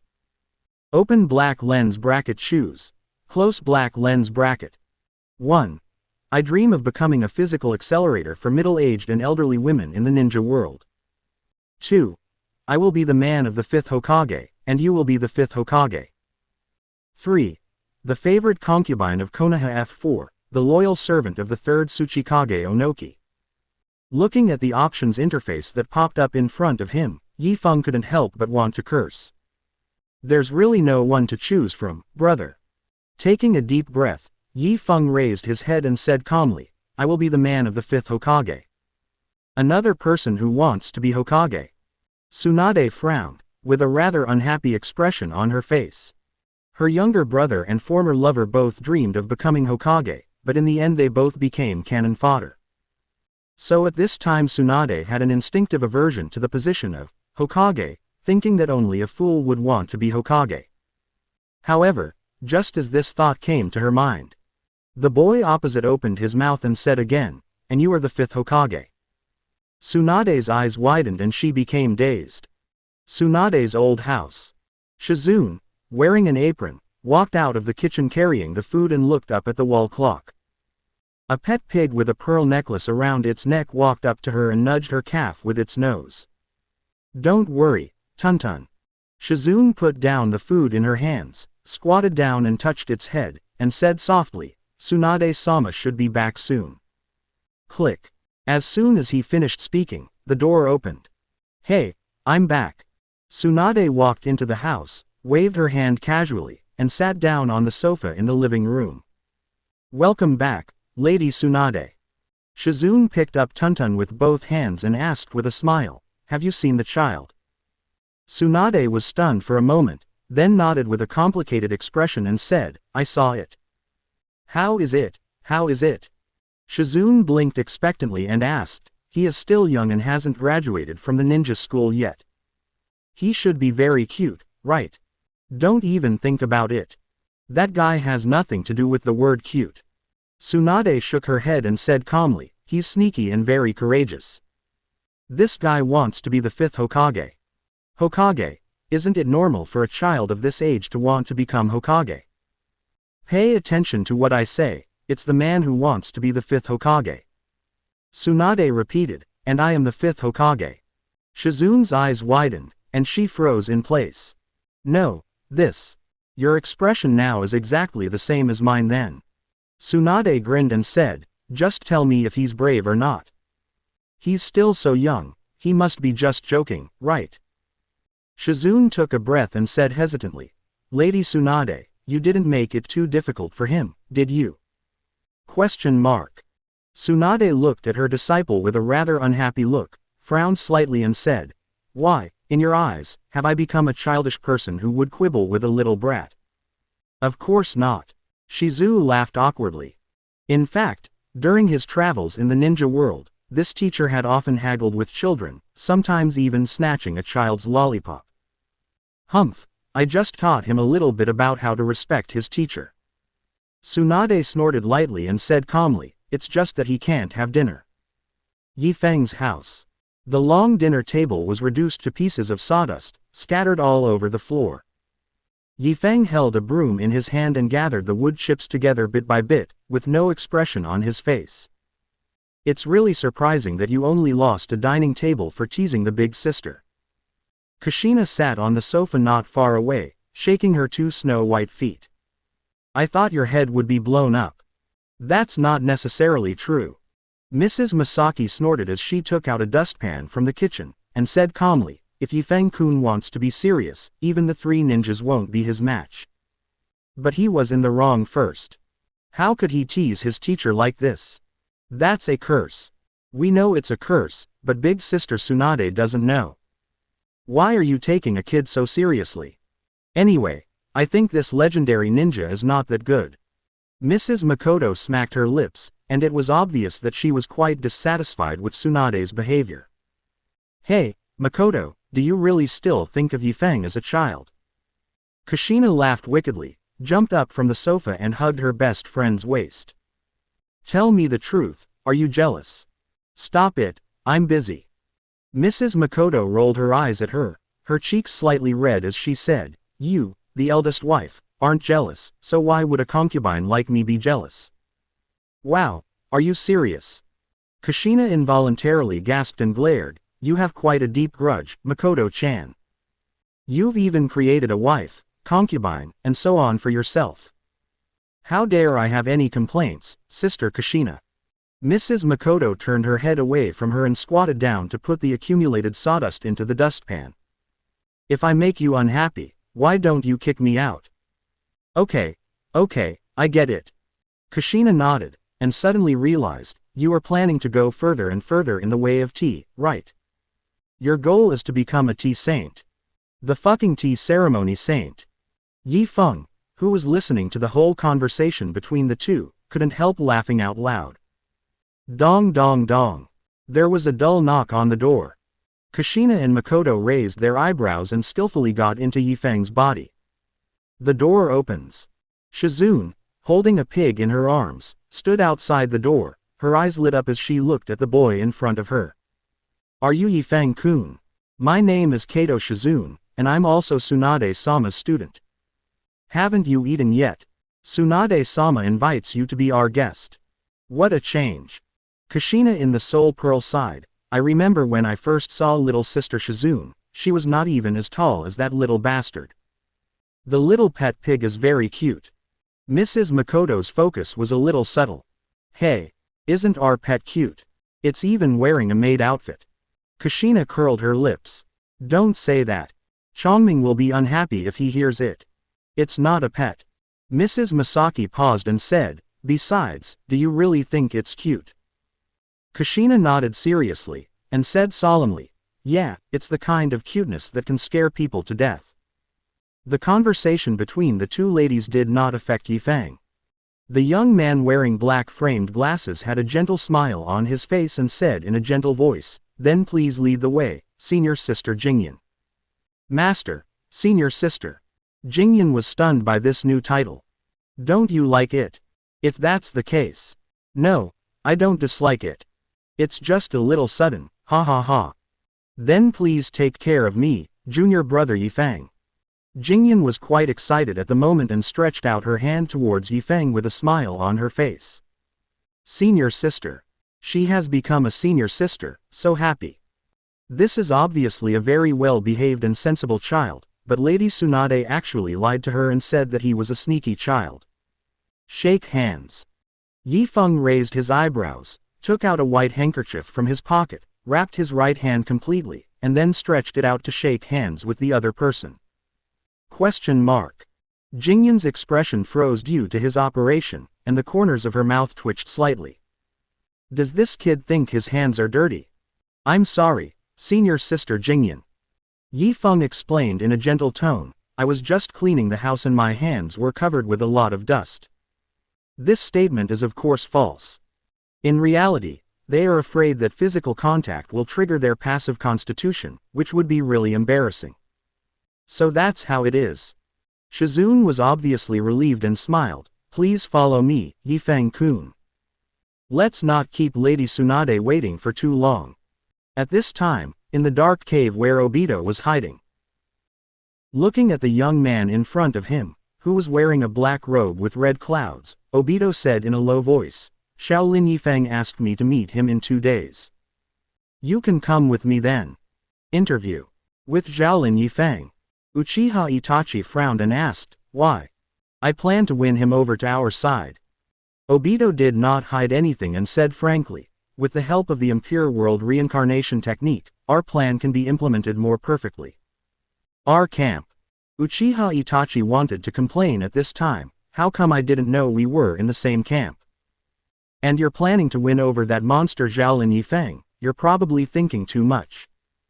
Since the brief confrontation, the knife wound on Uchiha Itachi's shoulder has almost healed.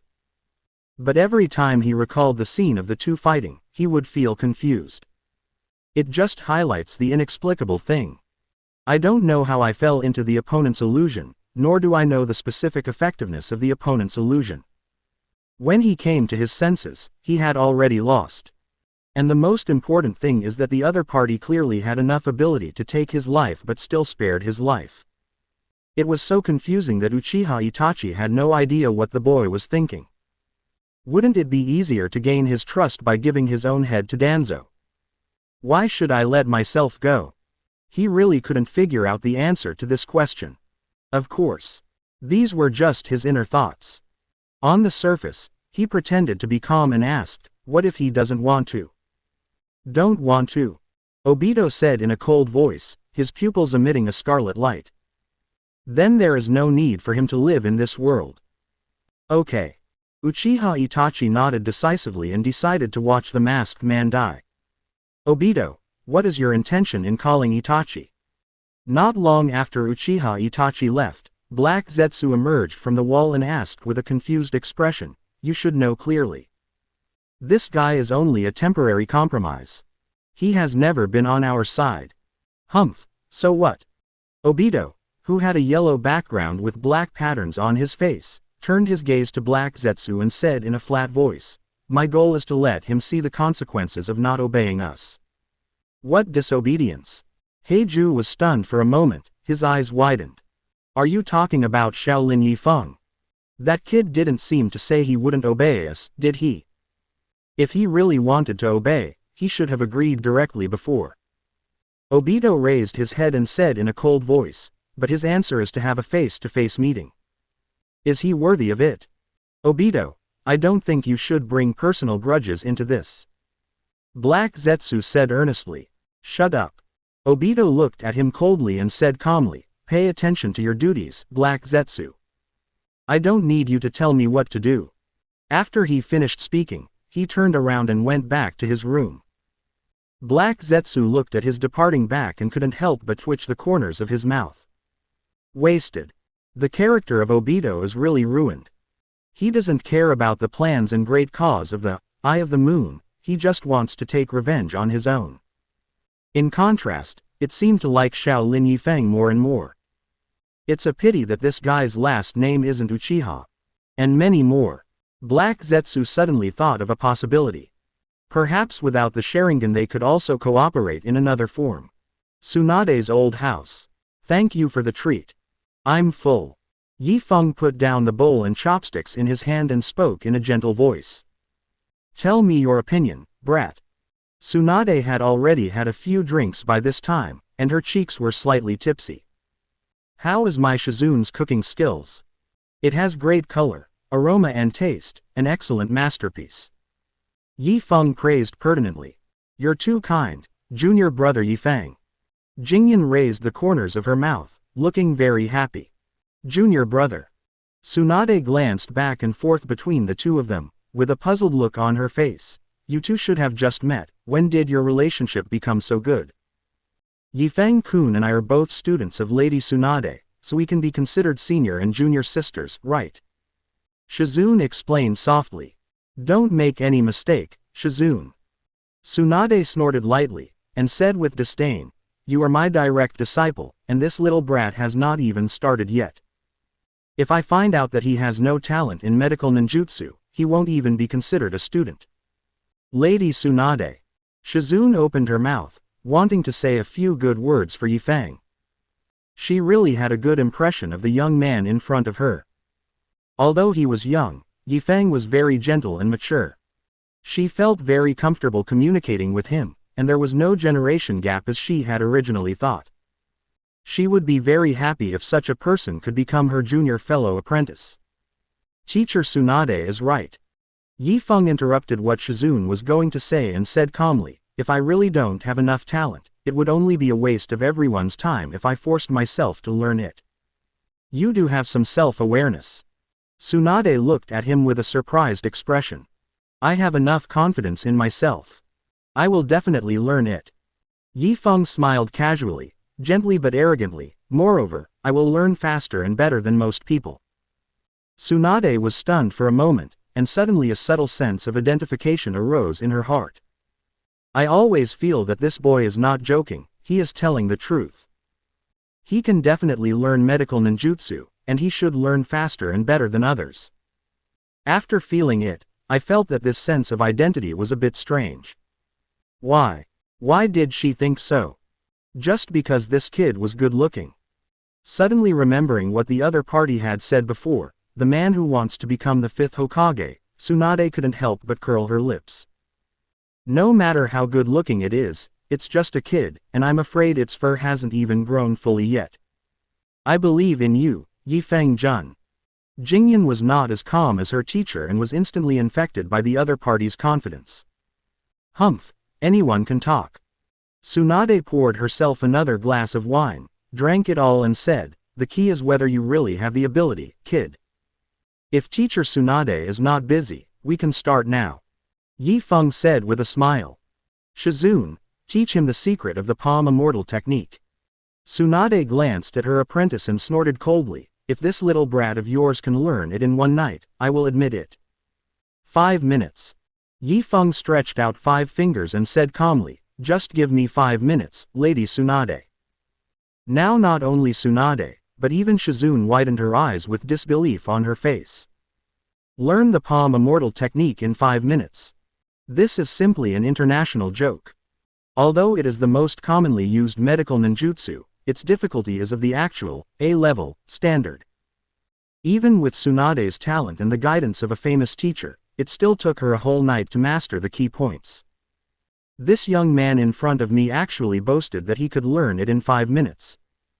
If you can learn it in 5 minutes, I'll agree to any condition you ask for. Tsunade slammed the table and angrily placed a huge bet. This also meant that she was really angry.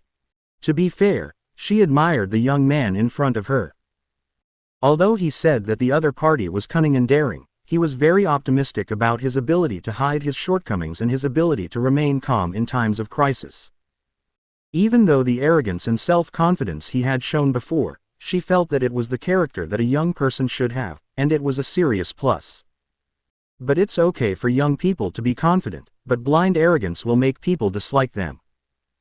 What Tsunade hates most in her life is this kind of arrogant person who loves to brag, so at this moment she decided without hesitation to teach the other party a lesson that he would never forget. You don't have to be like this, Teacher Tsunade. Yifeng smiled and shook his head, saying gently, I am just stating the facts. Haha, stating the facts, huh? Tsunade sneered and said coldly, so what if you can't learn it within 5 minutes? Yifeng moved his mouth and was about to speak.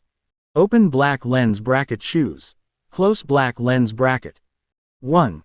Wearing only lace-edged bare shorts, run around Konoha 50 times. 2. Admit that you have read the books of her great-grandfather and Uchiha Madara. Open black lens bracket 3. Suck her and Shizune's stinky feet right there, close black lens bracket. The 8 options pop up again, and no matter which one you choose, it will be fatal. The most annoying thing is that these are just bets. He knows that he will win, so there is no need to do this. This damn system just has to jump out and disgust people. Yifeng took a deep breath and said softly, if you can't learn it, I will run around Konoha 50 times. Huh. Tsunade smiled coldly and said, you little brat, do you have so little confidence in yourself? Running around Konoha, even the old lady next door can do this. Well, what if I add the lace-edged bare shorts? Yifeng suppressed his embarrassment and spoke again with a calm expression. Silence. Suddenly, the whole room fell into silence. Tsunade and Shizune both widened their eyes and looked at Yifeng as if they were looking at a rare and exotic animal. Are kids nowadays so cruel to themselves? The living room of the old house. Seeing the frowning and thoughtful look on the boy's face, Tsunade grinned and said smugly, there are still 2.5 minutes left until the time we agreed on. Has our great genius learned it? 1. She is sure to win this time. I had thought that since the other party dared to make such a bet there would be some twist and turn, but I didn't expect it to be just like this. But it's normal. How could a human being learn the art of holding the immortal sword from scratch in just 5 minutes? Even monsters can't do it. Junior brother Yifeng, if it really doesn't work, just forget it. Jingyan was silent for a moment, and said consolingly, Tsunade-sama and I won't really force you to do that kind of thing, just treat it as a joke. Hee, that's true. Tsunade grinned and said sarcastically, it's a bit inhumane to let a boy like you wear lace-bare shorts. I can let you choose not to wear anything. Lady Tsunade. Shizune stared at her with wide eyes and frowned, how can you say such things to a child? Let's get to the bottom of the situation. He threw the chips himself now. Tsunade curled her lips and said unhappily, haven't you heard that casinos are open to all ages? I've left him half a decent living. Why only half of it? Shizune looked distressed and asked, Tsunade-sama, you should at least let this child wear something to cover it up, right? Okay, then I'll do it for your sake. Tsunade considered for a moment and waved her hand. I'll leave him a pair of socks, ha ha ha. Okay, my face is only worth a pair of socks, right? Shizu's face was filled with black lines and the corners of her mouth were twitching wildly. Has it been 5 minutes? Yifeng looked up and glanced at the wall clock. There are still 40 seconds. Has the great genius figured it out? Tsunade said with a sweet smile. It's a bit difficult. It may take a few minutes. Yifeng sighed. You keep pretending. Tsunade sneered and said calmly, hurry up and fulfill your bet under the cover of night. If you don't have lace-edged bare shorts, I can lend you Shizune's. I don't have one either. Shizune glared at her teacher angrily and said, who would wear clothes with bare patterns at such an age? Oh, sorry. Tsunade nodded suddenly and said, it seems that Shizune's are all blue and white stripes. But it doesn't matter. As the winner, I agree that you can choose this style. Lady Tsunade. Shizune looked annoyed. Winner. Yifeng looked confused. Why, you still want to deny it? Before Tsunade could finish her words, she saw a bright green light rising from Yifeng's palm. You. Stunned. Tsunade's eyes widened and she just stood there in a daze. Jingyan, who was sitting next to her, was not in much better condition. Her mouth was so wide open that it seemed like a big duck egg could fit in it. The magic of palm. As experienced medical ninjas, they could naturally recognize that this was the real palm magic technique. And this stable, uniform, rich luster is just like that of a veteran who has been immersed in this art for many years. But this is impossible. Both Shizune and Tsunade knew that Yifeng was a true beginner. His theory was taught by Shizune step by step, without any trace of having learned it before. So, in other words, the other party really learned and mastered the A-level medical ninjutsu in just 5 minutes. No. Tsunade suddenly came back to her senses, staring at Yifeng and said, since you have already learned the palm immortal technique, why did you say it would take a few more minutes? That's because I'm researching the advanced version. Yifeng said with a smile. What? Tsunade was stunned and asked in disbelief, advanced version? There is an advanced version of this thing, how come she doesn't know? Well, I personally think that the fact that the palm immortal technique must be attached to the palm of the caster in order to work is a bit limiting. The silver light reflected from Yifeng's face, and he smiled as he said, if the palm immortal technique can be used over a long distance, can we save more patients? Long distance. Tsunade frowned and said in a low voice, little brat, are you dreaming? Medical ninjutsu is different from the offensive ninjutsu you know. If it is separated from the caster, the chakra will lose its activity. This is the basic concept of medical ninjutsu from ancient times to the present. Just because it's always been this way doesn't necessarily mean it's right, Tsunade-sensei. A ball of bright green light appeared in Yifeng's palm. He threw it gently, and the green light instantly left his palm and entered Tsunade's body. This. Tsunade's eyes widened, her face full of disbelief. Jingyan couldn't help but gasp and said in disbelief, Junior brother Yifeng, you actually did it. It can't be considered accomplished, it's just a preliminary idea. Yifeng shook his head slightly, and said calmly, the perfect form I envisioned should be ultra-long distance group treatment. Shizune and Tsunade looked at each other, both with confused expressions on their faces. Ultra-long range, group healing. That's still called palm magic. Is this the palm magic they know?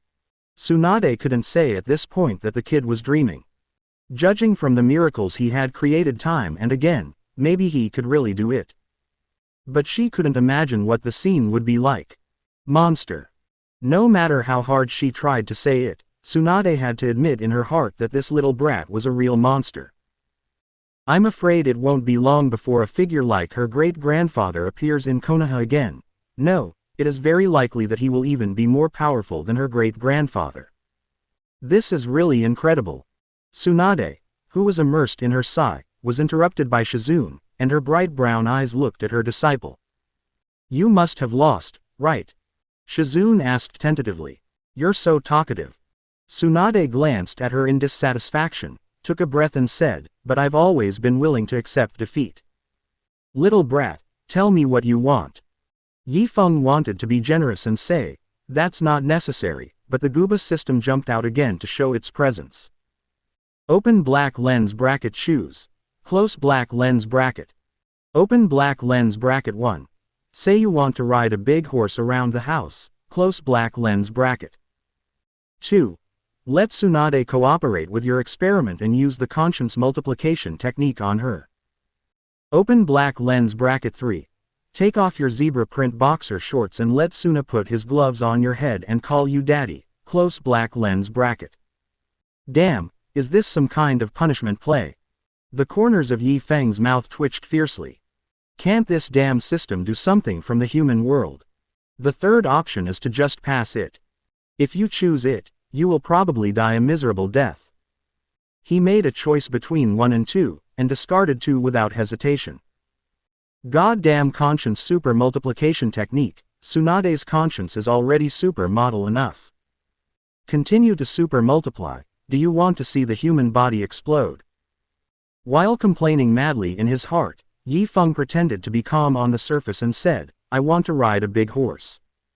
Can you take me around the house? Ride a big horse. Shizune covered her mouth, her eyes wide open with a blank expression.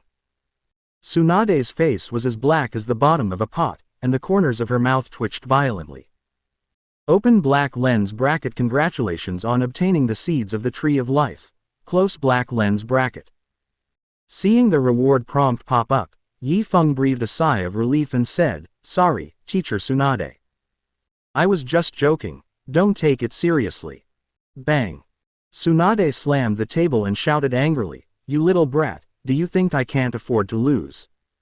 Now, come up here. 200 million, you really gave it to me. In the Hokage's office, Mito Kato-en said in disbelief, Our Konoha's annual fiscal revenue is only a little over 800 million. Are you willing to spend so much? I know, but that's Danzo. Sarutobi Hiruzen held a cigarette in his mouth and frowned slightly, saying, If you don't pay, are you going to watch him die? I don't think Hanzo of the Salamander would dare to kill Danzo. Mito Kato-yen snorted coldly and said, Isn't he afraid of our Konoha army approaching? You have no legitimate reason to do this. Sarutobi Hiruzen sighed and shook his head. The letter for help written by Danzo had in fact acknowledged his invasion. Umbrella Corporation now belongs to the Wave Country. If we really go to war with them, what will those neighboring countries think? Konoha is not in the right, and the other big ninja villages will probably not stand by and watch. If the people are not rescued, the strategy of easing relations will also be severely damaged. This is clearly not worth the effort. Danzo, you're being a bit stupid. Yutane Kaharu had also finished reading the letter for help in her hand, and said with a tangled expression, You ran over there with full confidence, but ended up losing more than you gained. You did such an idiotic thing, and you still have the nerve to write a letter for help. I think Danzo was forced to do this. Mitoman-en stroked his beard and analyzed seriously, given his personality, he shouldn't be so afraid of death. That's not necessarily true. People change. Yutane Kaharu shook her head and said calmly, He might have been a fearless warrior yesterday, but that doesn't mean he's not a coward today. Danzo. Sarutobi Hiruzen sighed again. Even if he wrote this letter asking for help, it doesn't mean we have to pay the money obediently, right? Yutane Kaharu looked at Sarutobi Hiruzen and frowned, Why don't you try to send a capable ninja to rescue him? Hanzo of the Salamander is no ordinary man. He must have guessed that we would do this. Sarutobi Hiruzen knocked the table with his right hand and said solemnly, I'm sure that Danzo must be under strict defense now. And what? The two consultants looked at him curiously at the same time. Moreover, Danzo was photographed in several unspeakable photos. Sarutobi Hiruzen's expression became difficult to speak, and he took a deep breath and said, If we really do anything unusual, Salamander Hanzo will definitely spread these photos to every corner of the ninja world. Disgraceful photos. Both consultants showed surprised expressions at the same time. How shameful could he be to make Hiruzen, the Hokage, so fearful of him?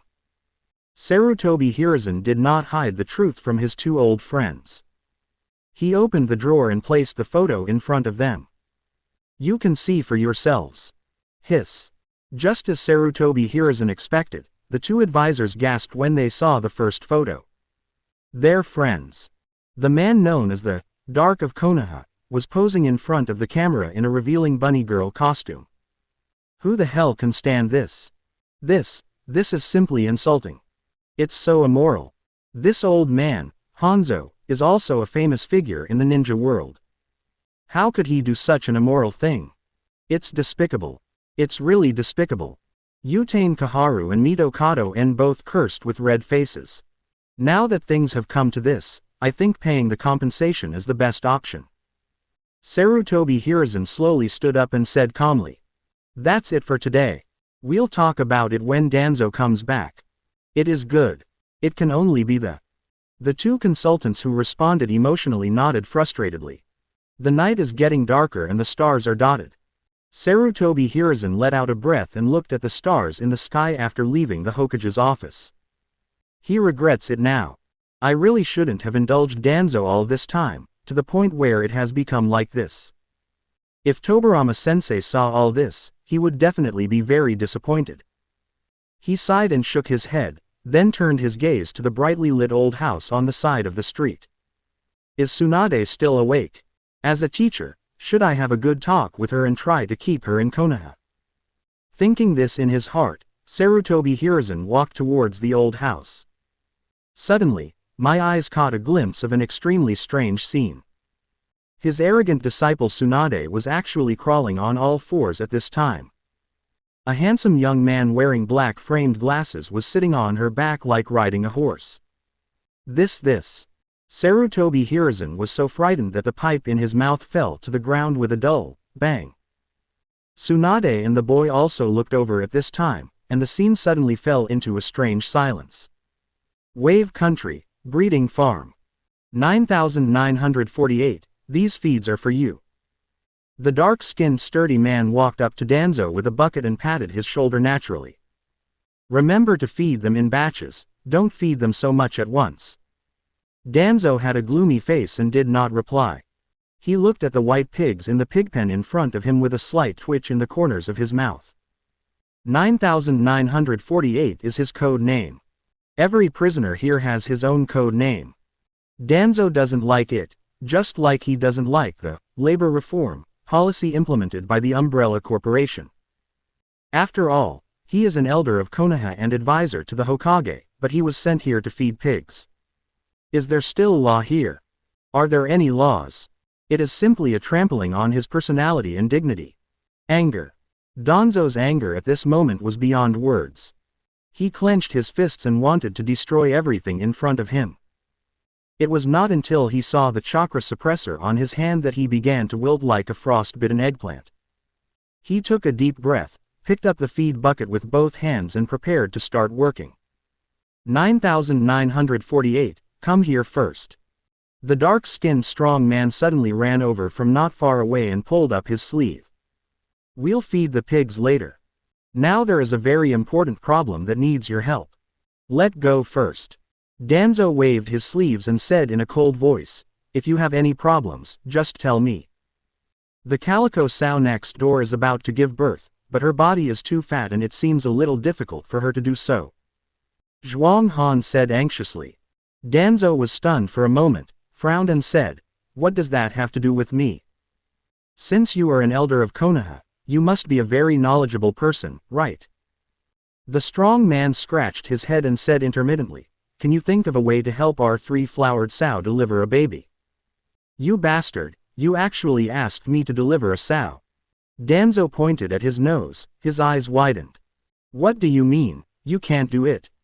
The sturdy man sighed and said helplessly, I thought the elder of Konoha was such a powerful person, but it turns out that he can't even deliver a sow. Ridicule.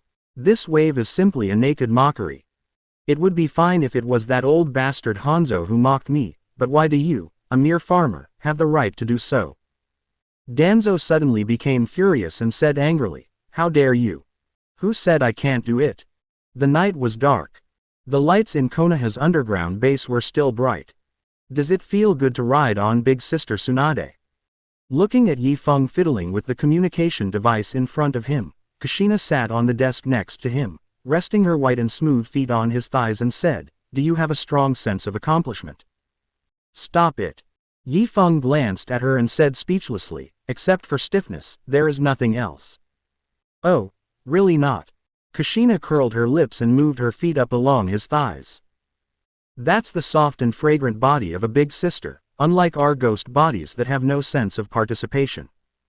Hiss. Yifeng's body shuddered, and he couldn't help but stop what he was doing. He reached out and held down the red-haired lady's mischievous little feet, and sighed, really not, I think of her as a teacher. What's wrong with the teacher? Makoto-chan and I are your classmates' biological mothers. Kushina curled her lips in disdain at first, then stretched out her index finger and pointed at her chin and said, "But speaking of it, the big sister is actually willing to ride on you, a little bastard. It can be seen that she likes you very much. It's just a bet." Yi Feng shook his head. Not everyone is worthy of her fulfilling the bet. Kushina grinned and said wickedly, "Do you think if you and the old man of the third Hokage were to switch roles, would big sister Tsunade still be willing?" "Stop, your sense of déjà vu is too strong." Yi Feng couldn't help but complain. "So, you little bastard, you have to work harder." Kushina swooped down from the desk, got into Yi Feng's arms, and wrapped her arms around his neck. "Maybe you can really become the fifth Hokage's man in the future." Yi Feng was about to explain, feeling both amused and helpless, when a voice suddenly rang out from outside the laboratory door. "Yi Feng, are you in there?" "It's Naruto." This unique sound is very recognizable. Yi Feng glanced at the red-haired lady, who, contrary to her usual behavior, had no intention of avoiding suspicion. Her arms were still tightly around Yi Feng's neck, and she said calmly, "He's in there, come in." Naruto outside the door let out a small cry and turned the handle to open the door. "Hello, little brother." Kushina was still sitting on Yi Feng's lap, waving at her own son.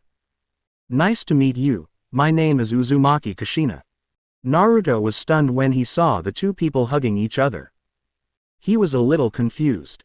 He didn't have time to think and responded subconsciously. "Hello. My name is Uzumaki Naruto. I know, you are Yi Feng's good brother, right?" Kushina curled her lips and smiled broadly. "Please take care of me in the future." "Ah, yes." Naruto looked a little overwhelmed. "I always feel that this big sister in front of me looks so familiar." "Is there something wrong, Naruto?" Yi Feng spoke to break his friend's embarrassment. He wanted to get up but was held down on the chair by Kushina. "Big sister, what kind of shameful play is this? I want to see when this silly boy can react." The two exchanged glances secretly, but Naruto obviously didn't notice. He stretched out his index finger to scratch his temples and said in a low voice, "I want to ask why brother Shisui hasn't come yet. Everyone is waiting." During this period of time, Shisui has been providing practical teaching to these little guys in the class reunion, and everyone has made great progress. Of course, the ideological education class was not put aside either, and everyone had initially agreed with Yi Feng's idea of transforming the world. And they had also decided to fight side by side with each other and work hard to make the ninja world a better place. Shisui is on vacation today. Before Yi Feng could speak, Kushina answered first, "Your practical class today will be taught by a new teacher." New teacher. Naruto looked stunned. Kushina nodded and grinned, "He's a very good new teacher. Keep up the good work." "Oh, thank you, big sister." Naruto turned and left with a lot on his mind. "Did you hear that? This stupid boy actually called me big sister." Not long after Naruto disappeared, Kushina couldn't help but complain. He didn't react at all. What's wrong with his brain? If his father saw it, wouldn't he beat him to death? "I think Senior Minato will hit me first," Yi Feng said with an awkward smile. "Hee, you little bastard, are you scared now?" Kushina looked at him playfully. "It's scary, but exciting. You are such a bastard, I will bite you to death." "Please bite here." Yi Feng stretched out his hand and pointed at his lips. Kushina scrunched her nose and spat, jumping off him. "I don't want to bother with you. I'm going to see if Makoto-chan needs any help." Mrs. Makoto has been watching the advanced experiment of hollowing out the tailed beast's chakra recently. The former housewives have now become half researchers, just trying to make contributions in any way they can. Drop, drop, drop. The communicator beeped softly. Yi Feng reached out and pressed the connect button, and Mrs. Rina's bust appeared in his eyes. "Chief, we have received the compensation from Konoha." Without much greeting, Mrs. Rina went straight to the point. "Very good, then we will release Master Danzo tomorrow as planned." Yi Feng nodded gently and said calmly, he was quite honest during the labor reform, right? Quite honest. Mrs. Rena had a complicated expression, as if she was trying to hold back her laughter. What happened? Yi Feng asked puzzledly. Mr. Danzo is currently delivering babies for pregnant sows at the farm. Yi Feng was stunned, his mouth slightly open. The platform square of the underground base. Naruto returned to his friends with a heavy heart. What's wrong? Isn't Yi Feng here? Shikamaru asked in confusion when he saw the expression on his face. No, he's here. Naruto responded, and said slowly, but Brother Shisui is on vacation today, so we have a new instructor. Changed. Sakura, who had long hair tied in a bow on her head, raised her eyebrows and said with a slightly worried expression, I don't know if this new teacher is easy to talk to. There's no need to worry. Yifeng Jun has always been very sensible. Ino patted her best friend's shoulder. Shikamaru still stared at Naruto, frowning slightly and said, change people if you want, why do you look like that? I saw a big sister at Yifeng's place. Naruto considered his tone and said with an inexplicable look, I feel very familiar, but I can't remember where I have seen her. Big sister. Could it be Yi Fengjin's blind date? Naruto's words attracted the attention of everyone present, especially Ino and Hinata, whose faces immediately changed. So, what kind of big sister is she? Shikamaru asked again. Naruto pondered for a moment, then said seriously, she has beautiful red hair, and she looks very gentle and kind. In short, she is an incredible beauty. Red hair. Ino's eyes widened, and she took a breath unconsciously and said, could it be that the two female ghosts I saw that day were real? Oh, that's right. Naruto exclaimed, she said her name was Uzumaki Kushina, I seem to have heard it somewhere. Do you have any impression? Silence. Suddenly, the surroundings fell into silence. Everyone stared at Naruto, with an indescribable complexity in their eyes. What's wrong? You look a little scary. Naruto scratched his head. Have you forgotten? Brother Shisui mentioned this name some time ago. Shikamaru was a little afraid to look directly at his good brother's silly eyes. He glanced to the side and said, the wife of the fourth Hokage Minato Namikaze, Lady Uzumaki Kushina. Naruto seemed to finally react and took a breath. That is to say, yes, that's your mother.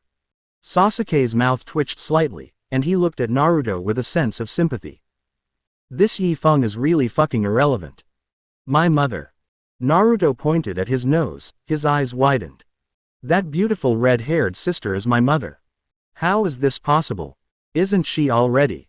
Bringing the dead in the Pure Land back to life is the most basic ability of our leader. A soft voice sounded, attracting the attention of everyone present. When I looked over there, I saw a girl who looked to be about 16 or 17 years old. She has short brown hair that reaches her shoulders and is wearing a white women's windbreaker. There are some long strips of white bone remaining on both sides of her cheeks, but this does not destroy her beauty. Instead, it gives people a different kind of charm. There is no doubt that this is the same Arankar as Shisui. My name is Nohara Lin, nice to meet you all. The Arankar girl smiled, exuding a sunny and cheerful temperament. Everyone in the student union looked at each other in bewilderment, obviously none of them had heard of this girl's name. The dead are resurrected. Sakura opened her mouth in disbelief, is this true? Ah, didn't Shisui-kun tell you that Arankar can only be born from the souls of the dead? Nohara Rin blinked and smiled, including me, I was once a dead person. Everyone couldn't help but gasp. Only Sasuke remained expressionless, as he already knew some of the facts. So that's how it is. The ninja souls that Brother Shisui mentioned back then. Shikamaru held his chin and said with sudden realization, it's the souls that leave the body after death. I thought the souls of the living could also merge and become hollow. Indeed they can. Nohara Rin gave an affirmative answer and smiled, but for the living, due to the limitations of their physical bodies, the effect of hollowification will be greatly reduced. They cannot be called Arankar, they can only be said to be ninjas who have obtained the power of hollowification. Is there such a distinction? Ino asked in surprise. So, That person is really my mother. Naruto screamed. Damn Yi Feng, I'm going to go find him and settle the score. It's not that the leader wants to hide it from you, Naruto-kun. Nohara Lin shook her head and explained softly, this is what Master Kushina herself wanted. She has always felt that it is not the right time for her to meet you. Naruto was silent for a long time, then said sullenly, so what is the current relationship between her and Yifeng? What relationship between two people? What other relationship could your mother have with Yifeng? Ino couldn't help but ask.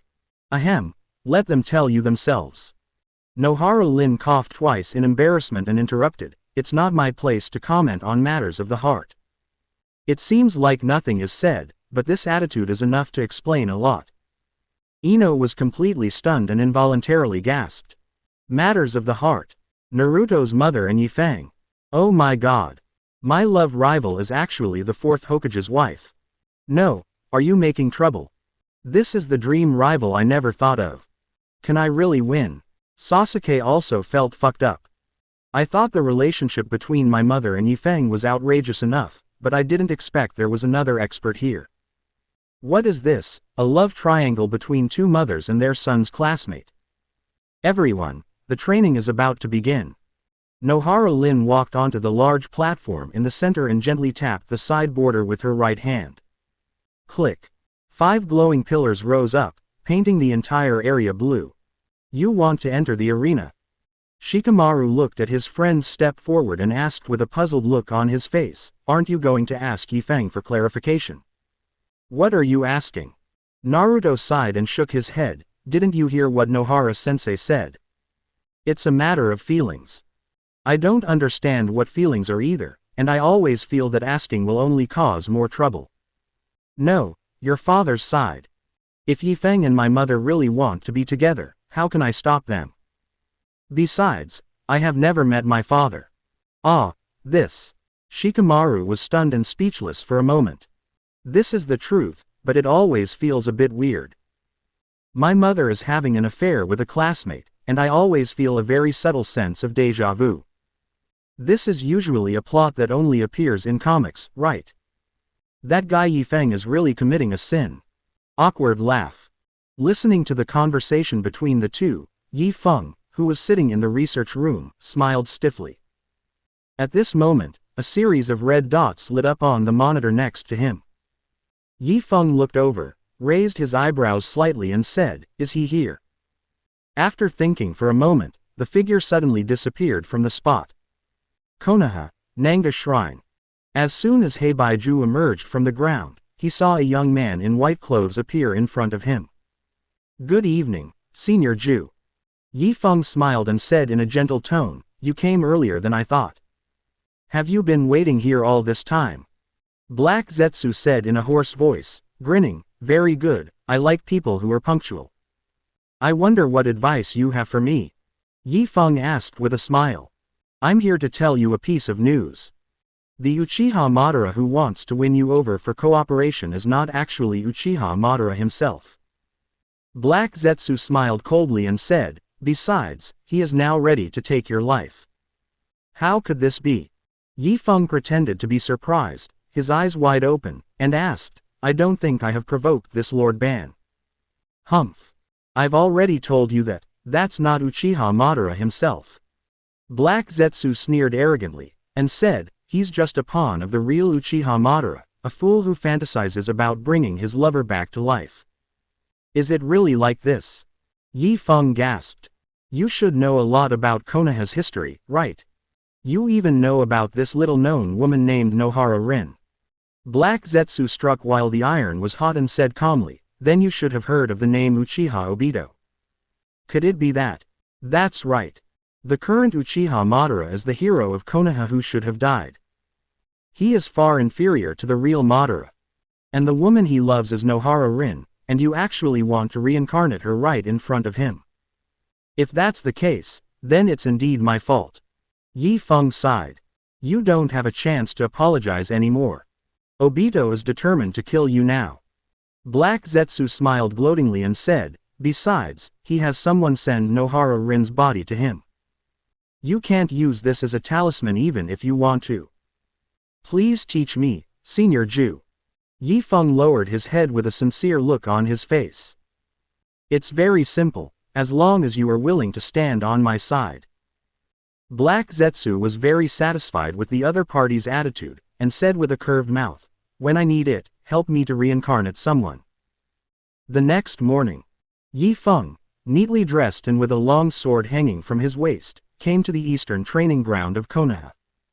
According to Tsunade's original words, starting today she will teach Yi Feng physical skills for actual combat. Of course, it is euphemistically called teaching physical skills, but in fact both Tsunade herself and Yi Feng are very clear that she is doing this just to seek revenge. After a while, Tsunade, wearing a silver-gray training suit, came out to the training ground. Her long blonde hair was tied into a single ponytail at the back of her head. Her bright brown eyes stared at Yi Feng with a playful smile on her pretty face. Not bad, you're on time. I thought you would make excuses or pretend to be sick today, but it seems that I don't need to go to your house to catch you. Because I know there is no point in doing this, Teacher Tsunade. Yi Feng said in a gentle voice. HMPH, you're smart. Tsunade snorted and began to move her wrists. Next, I'll teach you how to generate super strength. First, focus the chakra on one point in the palm of your hand. Then, without any warning, a fist came towards Yi Feng. With a loud boom, a deep pit with a diameter of several meters was smashed into the ground. Gravel was scattered everywhere and smoke and dust filled the air. Tsunade, Lady Tsunade. Shizune, who was standing behind Tsunade, stared with disbelief. You are going too far. Calm down, Shizune. Tsunade turned her head and glanced at her, saying, for a true genius, actual combat is the best way to improve. Besides, this little brat is not like a ninja like you who doesn't have much combat talent. As soon as the words were spoken, the smoke dissipated. Jingyun's pupils shrank, and she asked in surprise, is that fog? HMPH, this little brat's specialty. Tsunade curled her lips and snorted, this is a self-created illusion that has astonished the entire Konoha. I think it's called something.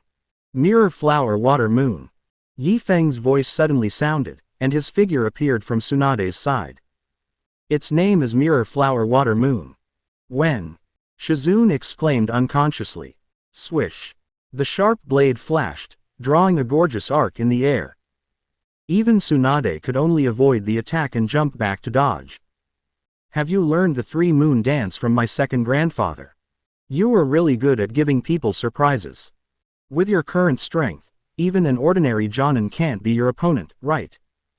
How could it be possible that junior brother Yi Feng has already reached the level of a Jonin? Shizu covered her mouth and gasped, her face full of bewilderment. He already possessed the strength of a Jonin before leaving the ninja school. This is absolutely unprecedented in the history of Konoha.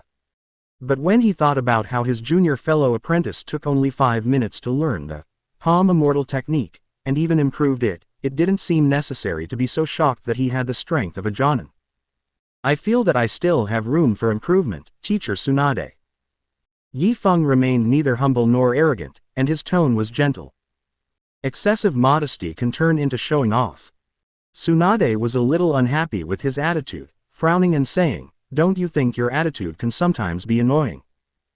If you only look at the surface, Yi Feng in front of you is undoubtedly a humble young man who makes people feel warm and welcoming. But Tsunade thought that she had already seen the other party's core. This guy is just a little rascal with a bad personality. Would a truly humble person make such an embarrassing request as riding a big horse? The key point is that it was seen by the third Hokage, that old man, and the discomfort index doubled. If I apologize, will Teacher Tsunade feel better? Yi Feng asked sincerely. Hearing this, Tsunade's anger suddenly surged up. Okay, it seems that I really need to use some strength to train you today. What a fucking bastard. Either apologize directly or shut up completely. What do you mean by that? Why are you asking so hypocritically? Ask your sister, you damn brat. In Tsunade's opinion, the other party's words were simply a mockery. My feet hurt. Without hesitation, Tsunade used her ultimate physical skills on Yifeng. The big foot kicked out, and the entire ground was shattered like a piece of tofu. Amid the flying dust, a gully several dozen meters long suddenly took shape. "Are you so angry?" Mrs. Makoto's sarcastic voice sounded from the Soul Pearl, saying, "The legendary 3 ninjas are really petty. Why don't you say that your little man is very good at making people angry?" Kushina shook her head helplessly and sighed. "Where did you learn this kind of sarcastic words? Who wouldn't blush when hearing this? I learned it from Lacus." Yifeng was already standing in the shadows at the corner of the training ground, watching his teacher Tsunade battle wits and courage with the air. "Since teacher Tsunade is dissatisfied with me, let's give her a chance to vent. It seems to be a woman's name." Both ladies looked suspicious at the same time. "It's just a character in the game," Yifeng explained, special effects voice after killing the enemy. "You are such a bad person." Kushina's mouth twitched, and she said speechlessly, "You knew that big sister Tsunade had a bad temper, but you still deliberately used these words to mock her." "Her bad temper is her own problem," Mrs. Makoto said calmly. "You are so prejudiced. You are jealous, right?" Kushina looked at her best friend and said teasingly, "But why didn't you react so much when those girls approached Yifeng? Or do you think those little brats are not threatening?" Mrs. Makoto was silent for a moment, then turned away and said, "That's not the case." "Ha ha ha, it's so easy to tell when Makoto-chan is lying." Kushina grabbed her shoulders and rubbed her face against her cheek. "She's super cute even when she's shy." "Stop it, I'm not Yifeng. Hey, why don't we just go through this together and kick that little bastard out of the house?" "You're talking nonsense again." Boom. A loud bang interrupted their conversation. Following the sound, all the grass and vegetation within a dozen meters on the right side of the training ground had been razed to the ground, leaving only a terrifying deep pit emitting smoke and dust. "So amazing, she really deserves to be the big sister Tsunade," Kushina exclaimed in admiration. "What's the use of that? You're still being played around by Yifeng-jun." Mrs. Masaki curled her lips and said disdainfully, "You don't even know that the person in front of you is not Yifeng-jun himself. How pitiful. That can't be helped. That's how things work." Kushina spread her hands and said, "Even if this little bastard did all kinds of bad things in your room late at night, you would still think you drank too much milk when you woke up the next day." This subtle metaphor made Mrs. Makoto and Yifeng feel uncomfortable at the same time, and they couldn't help but tighten their lips. "Okay, that's enough for today." Tsunade panted, sweat dripping down her forehead as she said, "You're brave enough to hold on until now. Thank you for your hard work and teaching, Mr. Tsunade." In Tsunade's eyes, Yifeng was in a very miserable state at this moment. Although he did not suffer any external injuries due to his self-healing constitution, the side effect of chakra overdraft made him feel weak as if he would fall down at the slightest breeze. "Humph, you're still doing this kind of nonsense at this time." Tsunade glanced at him with disdain and said lightly, "Don't think I don't know. You must be secretly criticizing your teacher in your heart right now. Do you think I'm taking revenge on you? To tell you the truth, I am." Before Yifeng could finish his words, Tsunade admitted it herself. She reached out and grabbed Yifeng's collar, stared into his eyes with her bright brown eyes and said, "You little brat, it's really annoying. You're so young, but you have to act mature every day." "Sorry." Yifeng apologized softly. "Forget it, I know you're having a hard time in Konoha." Tsunade was silent for a moment, but finally let go of him. "But there's no need to play mind games with those old bastards anymore, you're my disciple now." "Yes." Yifeng nodded, quite moved. "Before you become Hokage, throw away this disgusting disguise as soon as possible." Tsunade patted his shoulder and said earnestly, "The Hokage of Konoha has never been a symbol of hypocrisy. The real will of fire is not the bullshit it is now. The students remember it." Yifeng's expression was solemn. "Remember to come over for dinner tonight." Tsunade pushed him gently and turned away with Shizune. "Tisk tisk, big sister Tsunade really thinks you can become Hokage." Kushina smacked her lips and smiled playfully, "She has high expectations of you." Of course. Mrs. Makoto smiled and continued, just based on the talent that Yifeng has shown, who else could be the Hokage? Moreover, he is now a direct descendant of the Hokage, right? I feel like the old man from the third generation seemed to have had this idea a long time ago, which is why he asked the big sister to come back and tutor this little bastard. Kushina stroked her smooth chin and made an analysis. It should be said that he is quite open-minded as the Hokage. He knows how to cultivate talents and his gifts are very popular. In comparison, this old man Danzo is really stingy. Danzo is indeed stingy. Mrs. Makoto nodded in agreement and changed the subject, but if you want to win people's hearts, it has to be Minato. The third generation only asked his disciples to come back to teach, but the fourth generation directly gave away his wife. You woman, you're going to die. Kushina was instantly furious and decisively pounced on Mrs. Makoto. No, I was wrong. Get away from me, you can't touch there. Mrs. Makoto begged for mercy, her voice trembling slightly. Yifeng wisely did not get involved in this topic and turned around and walked towards his own cottage. At this time, in the prison of Wave Country. 9984, 9984. Danzo, who was still in a daze, heard a loud shout and instinctively jumped up from the straw bed. I'm here. You have to yell. The prison guard in a white smock walked up to him and said indifferently, have you never read the prison rules? Do you have any sense of discipline? Danzo's whole face suddenly became gloomy and he clenched his back teeth. 2 days. It had only been 2 days since he was put in jail, but in those 2 days he had suffered the most suffering and humiliation he had ever endured in his life. Enough. That's enough. If he had the chance to get out, he would definitely make these bastards pay a heavy price. He thought to himself, but answered honestly. Here. There's no need to be too harsh. From today on, Mr. Danzo is no longer our prisoner. A beautiful voice like a mountain spring sounded, but the corners of Danzo's mouth began to twitch involuntarily. A huge, hideous-looking bug dressed in a maid outfit walked out of the darkness, emitting an oppressive feeling that was difficult to look at directly. Yes, Lord Chongming. The prison guard responded with his head down, his face full of respect. Mr. Danzo, your compensation has been received. Chongming's compound eyes, which consisted of multiple pupils, looked at Danzo and said calmly, please come with us to complete the release procedures. Has the money arrived? Danzo's expression froze for a moment, then returned to his calm state. Hiruzen's actions were much faster than he expected. It turned out that this old friend had his own thoughts. She nodded slightly and followed the giant bug in a maid outfit out of the prison door. The sunlight was a little dazzling, and Danzo couldn't help but put out his hand to block it. Boom. A firework bloomed in front of the prison gate.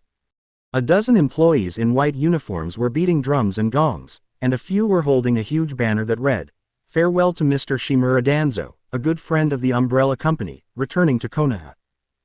Danzo himself looked at the scene in front of him and couldn't help but take a breath. My friend Danzo. Hanzo, still wearing the long white trench coat, walked forward with a smile and said, we at the Umbrella Company are sending you off. Do you like it? Click, click.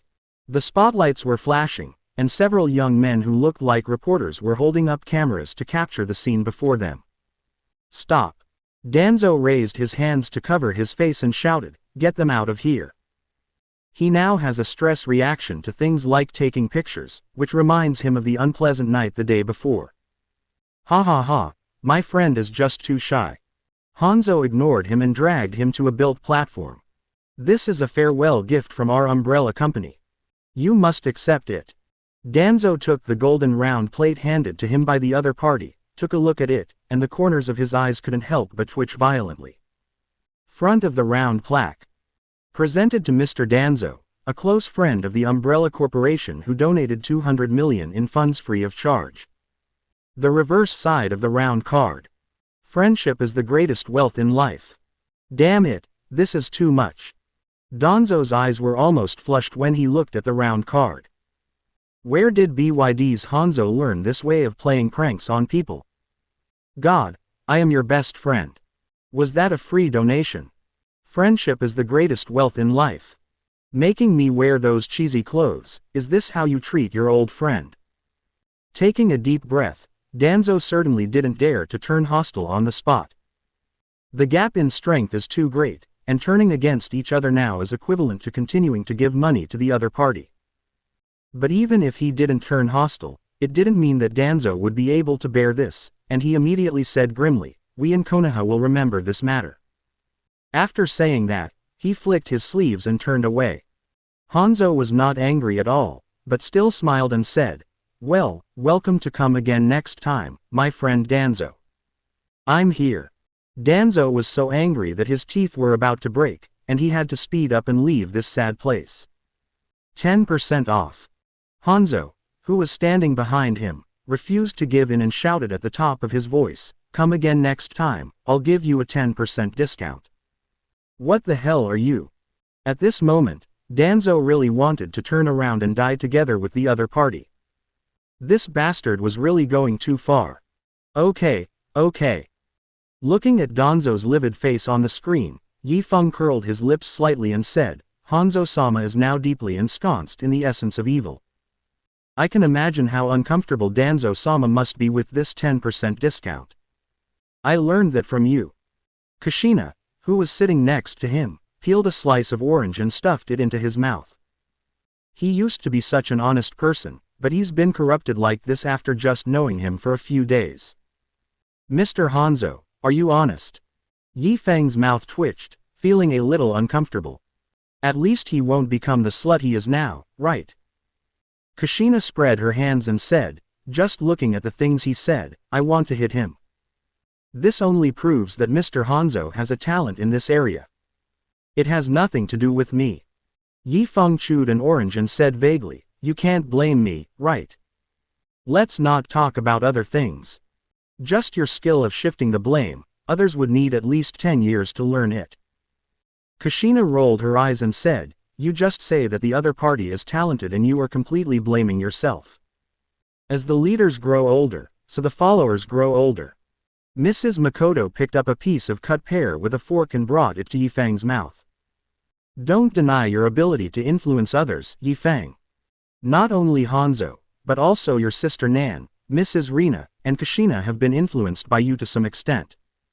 Hey, you bad woman, why don't you talk about yourself?" Kushina looked at her best friend with a playful expression. "Do you think you are not affected? You still think you are a little white flower, but you have turned into a camellia. Shut up, you carnivorous plant," Mrs. Makoto said with a shy look on her face. "Ha ha ha, the piranha plant is okay." Kushina was not angry at all, but laughed out loud. She glanced at the young boy beside her and said coquettishly, "Little bastard, do you want to be eaten by my piranha plant?" Of course he wanted to, but he simply couldn't do it now. Yifeng laughed awkwardly twice, pretending to be calm as he looked at the monitor in front of him and said, "It seems that our previous guess was correct. The tailed beast chakra and hollow objects need to be purified to achieve further effects." The body of Shisui in the monitor was immersed in the culture container, and the bone mask on his face had mostly faded. This does not mean that his Arankar process has weakened, on the contrary, his various stats have become stronger. Although there is still a little gap from the perfect Arankar that Yifeng envisioned, it is not far away. It won't be long before you two get new bodies. Yifeng's mouth curled up and he smiled slightly. "What do you think? Then you'll get the advantage first." Kushina blinked and teased with a sweet smile, "You can really manipulate the body of this big sister, are you drooling?" Okay, you're not done yet, are you? This is really too much." Yifeng took a deep breath and the corners of his mouth twitched slightly. "Wait. If I get the chance, I will let you, my old mother, know what true cruelty is." The dusk is setting and the setting sun is blood red. Sitting on the main seat in his own mansion, Danzo had his head and hands bandaged again and his face was gloomy. "I'm sorry, Master Danzo." Ms. Weiyu stood opposite him and said sincerely, "It's because we are not strong enough that we let you. This has nothing to do with you." Danzo waved his hand and said coldly, "I underestimated that damn old thing Hanzo. When it comes to the name Hanzo, he still grits his teeth. Not a human being. Not only has this old bastard's strength not diminished at all, his personality has even become more shameless and evil. He calls Danzo an old friend, but his actions are more evil than anyone else. BYD, you really don't have any ninja ethics at all. Should we find an opportunity to fight back, Lord Danzo? Yi Feng asked respectfully. Not for now. Danzo's face changed, and he quickly stopped him, saying, I need to focus my energy on other things, and let that old thing have some fun for a while. Call back. What was this kid thinking? Getting hit on the head. Thinking about the 2 days of darkness in prison, Danzo felt his heart twitching. Haha, this old thing is really scared. Kushina's voice sounded. I can understand that. Mrs. Makoto covered her mouth and said with a smile, I was taken to deliver a sow. Of course, I don't want to experience that feeling again. Danzo couldn't hear the two ladies' voices, so he pretended to be calm and said slowly, since the Umbrella Corporation is not an option, I'm going to contact Orochimaru. Is this okay? Wei Yu and Yifeng both looked confused. I know that the Super Ninja Potion still has room for further evolution and improvement. Danzo curled his lips and sneered, I believe Orochimaru is also very clear about this. Only by cooperating with me, can we win together. What if Orochimaru doesn't want to? Asked Wei Yu. Humph, I admit that I am not a match for Hanzo, the founder of the Super Ninja Project. Danzo snorted coldly and said calmly, but what right does he have to refuse Orochimaru? Wei Yu and Yifeng fell silent, and suddenly a cold voice sounded from outside. Elder Danzo, the Hokage wants to see you. Open black lens bracket shoes. Close black lens bracket. A pop-up window of the options interface also popped up in Yifeng's eyes. 1. Prepare a bunny girl skin for Elder Danzo, so that he can shine at friends' gatherings. 2. Use the conscience enlargement technique on Elder Danzo to amaze his friends. What the hell is the light in front of my eyes? It was all black. Yifeng looked at the options in front of him, then turned his gaze to Elder Danzo in front of him. He took a deep breath and walked to his right. Dress up as a bunny girl. Bang. A large cloud of smoke burst out, and a brand new Danzo appeared before Wei Yu's eyes. Stunned. This former Root member just stood there in a daze, as if he was stunned. Eyes wide, mouth open. However, Danzo himself did not notice that his clothes had changed drastically, and he walked out of the house with confidence. Congratulations on obtaining the Zanpakuto forging technique. Sure. The Zanpakuto forging technology has been given away. This wave is not a loss. Anyway, the one who suffered was not Yifeng himself, but the evil Danzo. It was a great deal to get gold coins from Danzo. This. Ms. Wei Yu pointed at Danzo's back and wanted to say something, but in the end she couldn't utter a word. Ha, good job. Kushina reacted quickly and urged loudly, hurry, follow him. I want to see what expressions those old guys will have when they see Danzo now. Remember to record the video. Mrs. Makoto was a little reserved, but she also made her request. Hokage's office. Sarutobi Hiruzen, Mito Kato and Yutane Kaharu gathered here, planning to discuss how to deal with him before Danzo arrived. In their opinion, this is necessary. Danzo's behavior in recent times is indeed a bit out of line. Not only did he use the villagers as research materials for human experiments without telling them, but he also refused to repent even after being put in solitary confinement. He wanted to take over the umbrella company that protected Hanzo Salamander and create a new Konoha, but he failed and ended up being held hostage. This caused Konoha to suffer heavy losses and its reputation to decline. These are all Danzo's crimes, he must pay the price. As for their previous expectation that Danzo would bring them good news in the land of waves. That's two different things. Although they are looking forward to it, in the end, isn't it Danzo's own will that counts? If it succeeds, it will be a victory for Konoha. Unfortunately, it has failed now, and Danzo will have to take the blame. It seems that confinement doesn't work. Mito Kato spoke first, stroking his beard and said, I'm sure if we don't keep a good eye on him, this guy Danzo will definitely cause other troubles.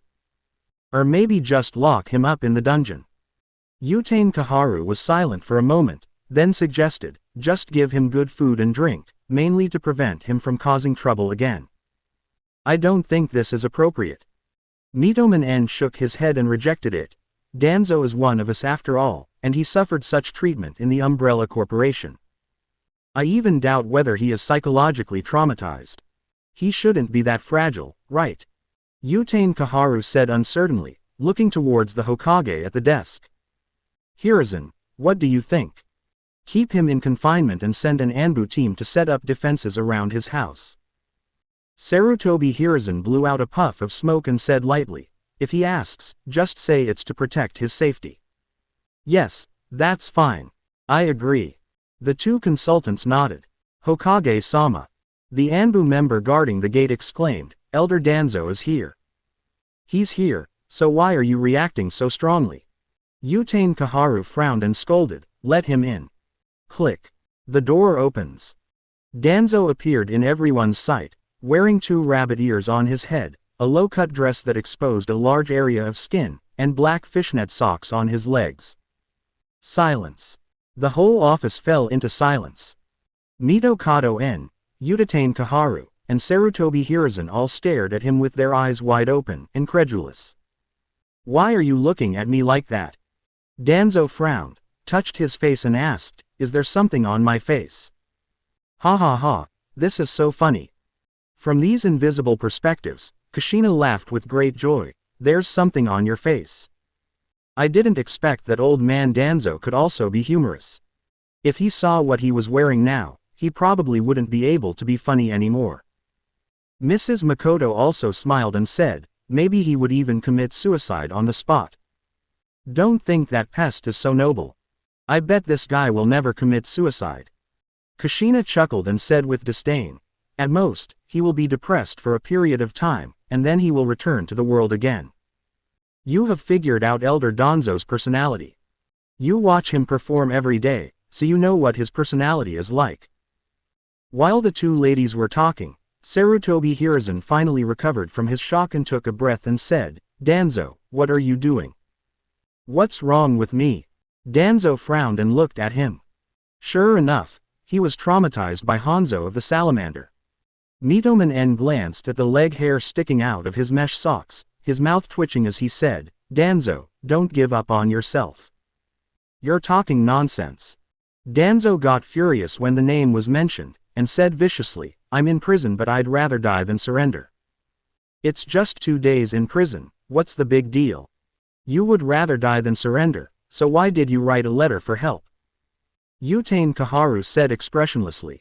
Danzo's face trembled and he fell silent. He believes he can fight to the death rather than surrender, but that Guba's Hanzo is really going to make you live or die. Shaochan, let's stop here. Sarutobi Hiruzen used his eyes to indicate that Danzo was in a bad mental state. If he continued to be provoked like this, he really didn't know what he would do. At least Danzo is back now, which is something worth celebrating. He forced himself not to look at Danzo's eye-catching outfit and pretended to be pleased. Yeah, it's good to be back. Mitoman Yan understood and said, forget about those unpleasant things for now and have a good rest for a few days. This time, it's all thanks to you. Danzo's tone became more relaxed, and his expression was calm as he said, I will find a way to make up for the 200 million yuan owed. Having said that, I actually had no intention of making up for it. What belongs to Konoha is theirs, and what belongs to them is still theirs. There is nothing wrong with that. He, Danzo, fought for Konoha for so many years and made great contributions. It only cost 200 million to redeem him. This is Konoha's blessing. This one. You don't have to make up for it. The two consultants shook their heads, which was uncharacteristic of them, with awkward expressions on their faces. What do you mean? Danzo frowned and said in a low voice, do I look like someone who would not pay back his debts? Danzo, calm down for a moment and listen to me. Sarutobi Hiruzen cleared his throat and said with a smile, the 200 million funds were originally drawn from your root treasury, so it can be said that they were used in the right place. You, what did you say? Danzo's eyes widened in disbelief. Hiruzen, you are kidding me, right? The route has been disbanded anyway, so there's no use for you keeping the money. Utane Kaharu interrupted. You. Danzo pointed at the people present, his body trembling slightly. This is too much, this matter is not over yet. Just when he was getting angry, the two rabbit ears on his head actually started swinging back and forth. The attention of Sarutobi Hiruzen and the others was all attracted by the two rabbit ears on his head, and they didn't even hear the harsh words he said. It moves. It really moves. If you ignore his wrinkled old face, these two pink bunny ears are quite cute. You bastards. Seeing that his friends ignored his words, Danzo became even angrier. His face turned pale and he said coldly, I will definitely make you regret it. After he finished speaking, he slammed the door and left with a bang. Watching his departing back, Sarutobi Hiruzen was stunned, muttering, there's actually a rabbit tail. The Valley of the End. A huge waterfall is constantly rushing down, with two statues standing on either side of the waterfall. On the top of the statue on the right, a sky blue parasol stands out. Under the parasol are a square table and two benches. A boy wearing black framed glasses is sitting on one of the benches, holding a cup of brewed black tea in his right hand. The boy took a sip, frowned slightly, and put down the teacup without hesitation. The tea is good tea. But how should I put it? It really doesn't suit my taste. Compared with tea, he prefers carbonated drinks like iced cola and Sprite. It seems that there is still a gap between me and the real Aizen. Yifeng breathed a sigh of relief and said with a smile, at least I am really not interested in tea. You are not interested in black tea. Kushina corrected, saying meaningfully, but you are quite interested in green tea and milk tea. Yifeng was stunned for a moment, and asked in confusion, it seems that there is no milk tea in this world. Yes, isn't big sister Tsunade milk tea? Kushina blinked and said without any psychological burden, our Makoto-chan is pure green tea.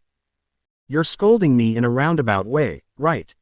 Mrs. Makoto snorted and said, then what kind of tea do you think you are? Sister is apple tea, so cute. Kushina replied with a smile. Tomato tea. Go to hell, you're a tomato. Oh, your good disciple is here. Didn't you see your big son following you? The two ladies were mocking each other in the soul orb, while the figures of Uchiha Obito and Itachi gradually approached from far away. Looking at the young man in white sitting calmly under the parasol, Uchiha Obito had a rather amused expression under his mask and sneered, kid, you really know how to enjoy yourself. Good afternoon, Senior Madara and Senior Itachi. Yifeng's mouth curled up and he asked with a smile, is Senior Ju not here? You know that Zetsu is mine. It seems that Pain and Conan have told you a lot of things. Obito said in a low voice, we have only known each other for a few days, but they have already trained you as their confidant. Maybe I'm better at making friends. Yifeng smiled and said modestly, just like now, I really hope I can become a good friend of the two of you. Obito sneered and said in the tone of Uchiha Madara, you think you are worthy. Little brat, I didn't come here to waste my time communicating with you. Now tell me the result, do you intend to surrender or to destroy yourself? Oh, I didn't expect that the legendary Uchiha Madara was such an impatient person. Yifeng picked up the teacup and drank it all, smiling and said, it's a little unexpected. Obito's eyes turned cold, and he gave the order without hesitation. Do it.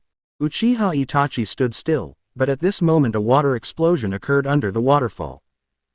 A green-skinned man with a shark face jumped out from the water explosion, grinning fiercely, and smashed the big knife in his hand towards Yifeng's head. Clang! The two weapons collided, making a crisp sound. A figure dressed in a black and white maid outfit stood in front of Yifeng, and the blade in her hand blocked the shark-faced man's sword. Obito and Uchiha Itachi were both stunned at the same time. They were obviously very familiar with this figure. This girl was about 13 or 14 years old. Her long black hair was spread out behind her head, and her bangs covered her left eye. There was a distinct teardrop mole under her right eye, and her expression was calm. Izumi. Itachi stared and called out the girl's name. That was his former ambiguous object, Uchiha Izumi. Reincarnation in dirty soil. Is this the impure world reincarnation technique? But why does the Izumi in front of me feel no different from when she was alive, except for that delicate maid outfit? Hey, is he an acquaintance of Mr. Itachi? The shark-faced man, Hoshigaki Kisame, turned his head away and asked with a puzzled look. In this moment of distraction, Uchiha Izumi on the opposite side decisively kicked him in the chest. Bang! There was a muffled sound. Hoshigaki Kisame spurted blood and flew backwards. He slid over the statue of Senju Hashirama for more than 10 meters before stopping, giving the ninja god a middle-parted hairstyle. Ahem. Hoshigaki Kisame, whose sternum collapsed, forced himself to stand up and said with a grin, "What a terrifying power. Is Mr. Itachi's acquaintance really a human?" After defeating the target, Uchiha Kwan had no intention of paying attention to the people on the opposite side. He lowered his head respectfully and stood behind Yi Feng. "Please don't say that, Mr. Kisame." Yi Feng spoke slowly and smiled. "Ms. Kwan will be angry." "You know my name." Kisame looked surprised. "You seem to have underestimated the intelligence network of the root." Yi Feng said with a smile, "Mr. Hoshigaki Kisame, who killed his superior, Zigwashin Fubuki, and seized the great sword Samahata to become one of the new 7 ninja swordsmen." Obito's face under the mask became extremely gloomy, and he said coldly, "An evil little devil who plays with the dead, does he still care whether the dead will be angry? Judging from her current appearance, she should have lost her own will a long time ago, right? Are you going to judge me from a moral perspective, Senior Madara?" Yi Feng looked at him and said with a sneer on his face, "I believe you and Senior Itachi know best why Miss Kwan died, right?" Obito said nothing more and fell into silence. Uchiha Itachi had a complicated expression and stared at the girl standing behind Yi Feng. She was dressed in a maid outfit, standing quietly behind the young man in white, with a black collar around her neck, just like Yi Feng's personal pet. Recalling every moment of his interactions with the other party, even Uchiha Itachi felt heartbroken as if something precious had been taken away. Feeling bad. I came here just to see the joke of the masked man, but now the clown has become me. At this time, he really wanted to stand up and ask Yi Feng to release his control over Quan, but considering the other party's strength and the safety of his brother, he finally said nothing. Tisk tisk tisk, I feel like Izumi must be extremely disappointed with Itachi now. Kushina smacked her lips as she watched the scene in front of her. No, Mrs. Makoto shook her head and said softly, she has already given up her expectations, so naturally there is no disappointment. Do you guys still want to kill me? Yi Feng snapped his fingers, and a black hole appeared behind him.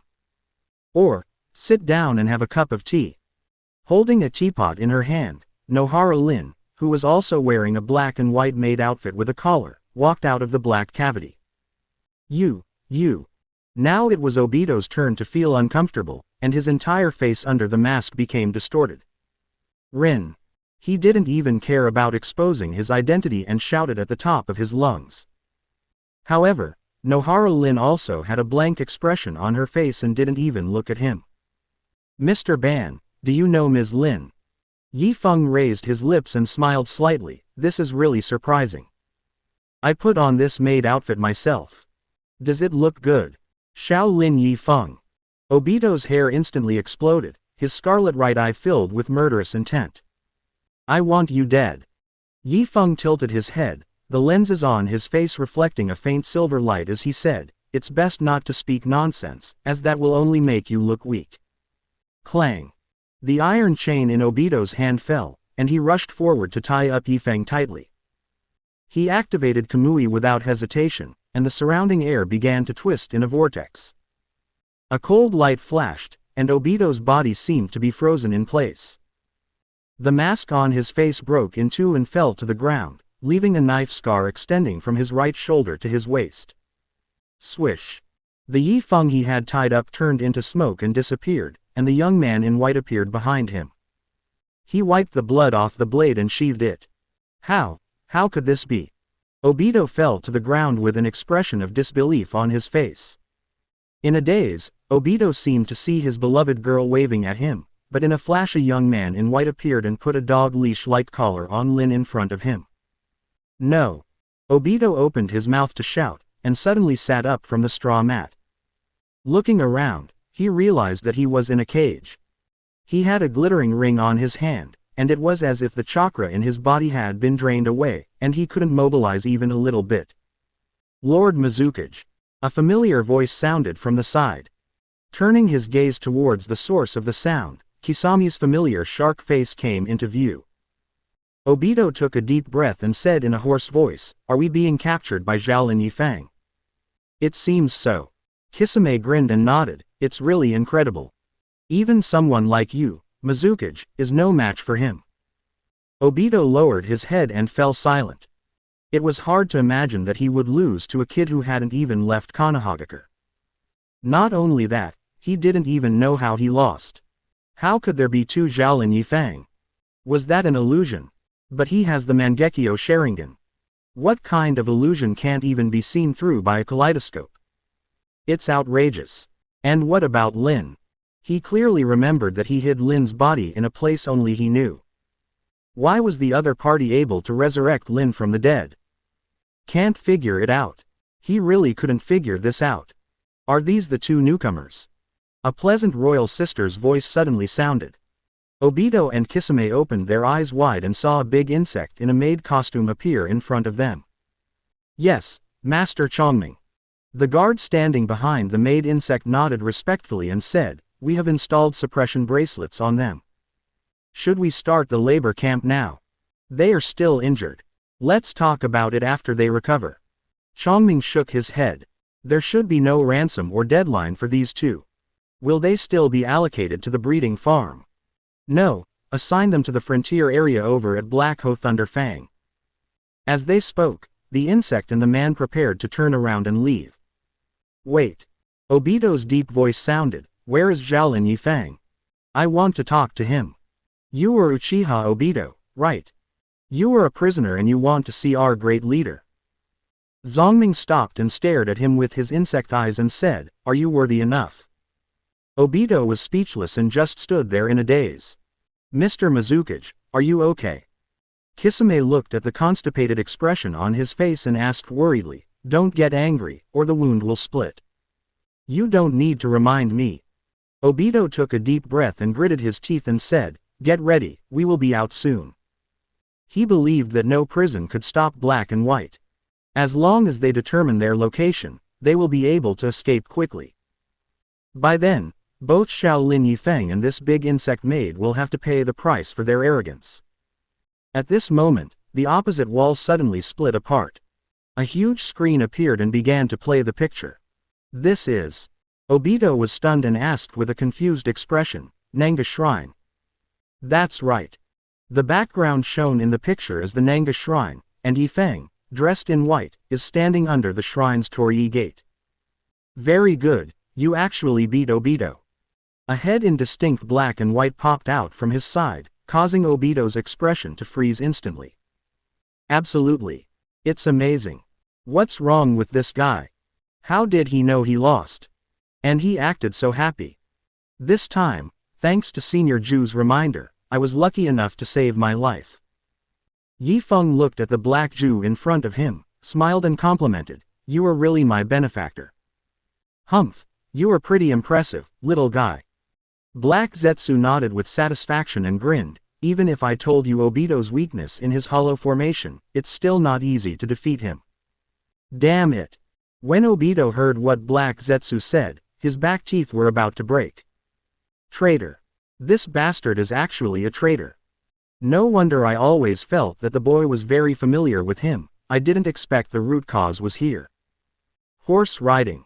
He must have stolen Lin's body and given it to that brat Yifang. Damn it, this is absolutely damnable. Senior Obito is indeed amazing. I have benefited a lot from this battle. Yifeng sighed and said, "I wonder when Senior Ju needs me to complete the transaction." "Don't worry." Black Zetsu shook his head gently and said calmly, "What you need to do now is to continue to stay in the Akatsuki organization to help collect the tailed beasts. When the time is right, I will hand over his bones to you. I'm looking forward to it. Yi Feng said solemnly. Before that, take me to meet Obito. Black Zetsu curled his lips, and the smile on his face looked a little ferocious. I want him to know where he failed. After the meeting, let him become a member of your army of the dead. Black Zetsu, you fucking. Obito took a breath and really couldn't help but want to curse. It's a dog. This guy is a real dog. Not only did you do something immoral, but you also plan to kill yourself. Damn it. At this moment, Obito's hatred for Black Zetsu far exceeds that for Yi Feng, and he even wants to eat its flesh and blood raw. Of course, please follow me. Yi Feng raised his hand and lightly tapped the air, and a black hole suddenly opened. What is this? Black Zetsu was stunned. Black Cavity is a space-time ninjutsu that I developed myself. Yi Feng stepped into the hole and smiled slightly. I believe it will bring you a wonderful travel experience. Space-time ninjutsu. Black Zetsu was stunned for a moment, then grinned and said, so you actually have such a talent, it's really surprising. Without any suspicion, he followed. When Black Zetsu walked out of the other end of the passage, he was greeted by a very unexpected person. Hanzo. Aren't you dead? It saw it with its own eyes when pain took action, it couldn't be fake. Then what about Hanzo in front of it, impure world reincarnation? Impossible. Unlike young people like Obito and Itachi, he had actually seen the posture and image of the impure world reincarnation. They were completely different from living people, and the Hanzo in front of him was obviously a flesh and blood body. Welcome to the land of waves, Mr. Zetsu. Hanzo ignored its surprise and smiled. You are now under arrest for the crime of disrupting the peace of the ninja world. You have the right to remain silent, but everything you say will be used as evidence in court. Arrest. Heizetsu's eyes widened and he looked at Yi Feng. What's going on? As you can see, Senior Jew. Yi Feng winked at him and said with a smile, isn't this kind of trip wonderful? You damn bastard, you tricked me. Black Zetsu finally reacted and prepared to burrow into the ground to escape. But before he could do anything, white spores surrounded him and by Zetsu's body. Stop struggling, you can't run away now. White Zetsu with a smug look on his face showed up. You bastard. Heibaiju was full of disbelief, and asked with his mouth wide open, how dare you betray us? Get the situation straight. You two betrayed us. The whirlpool-faced White Zetsu looked down at him. White Zetsu clones emerged from the ground and stood behind him. Do you understand now?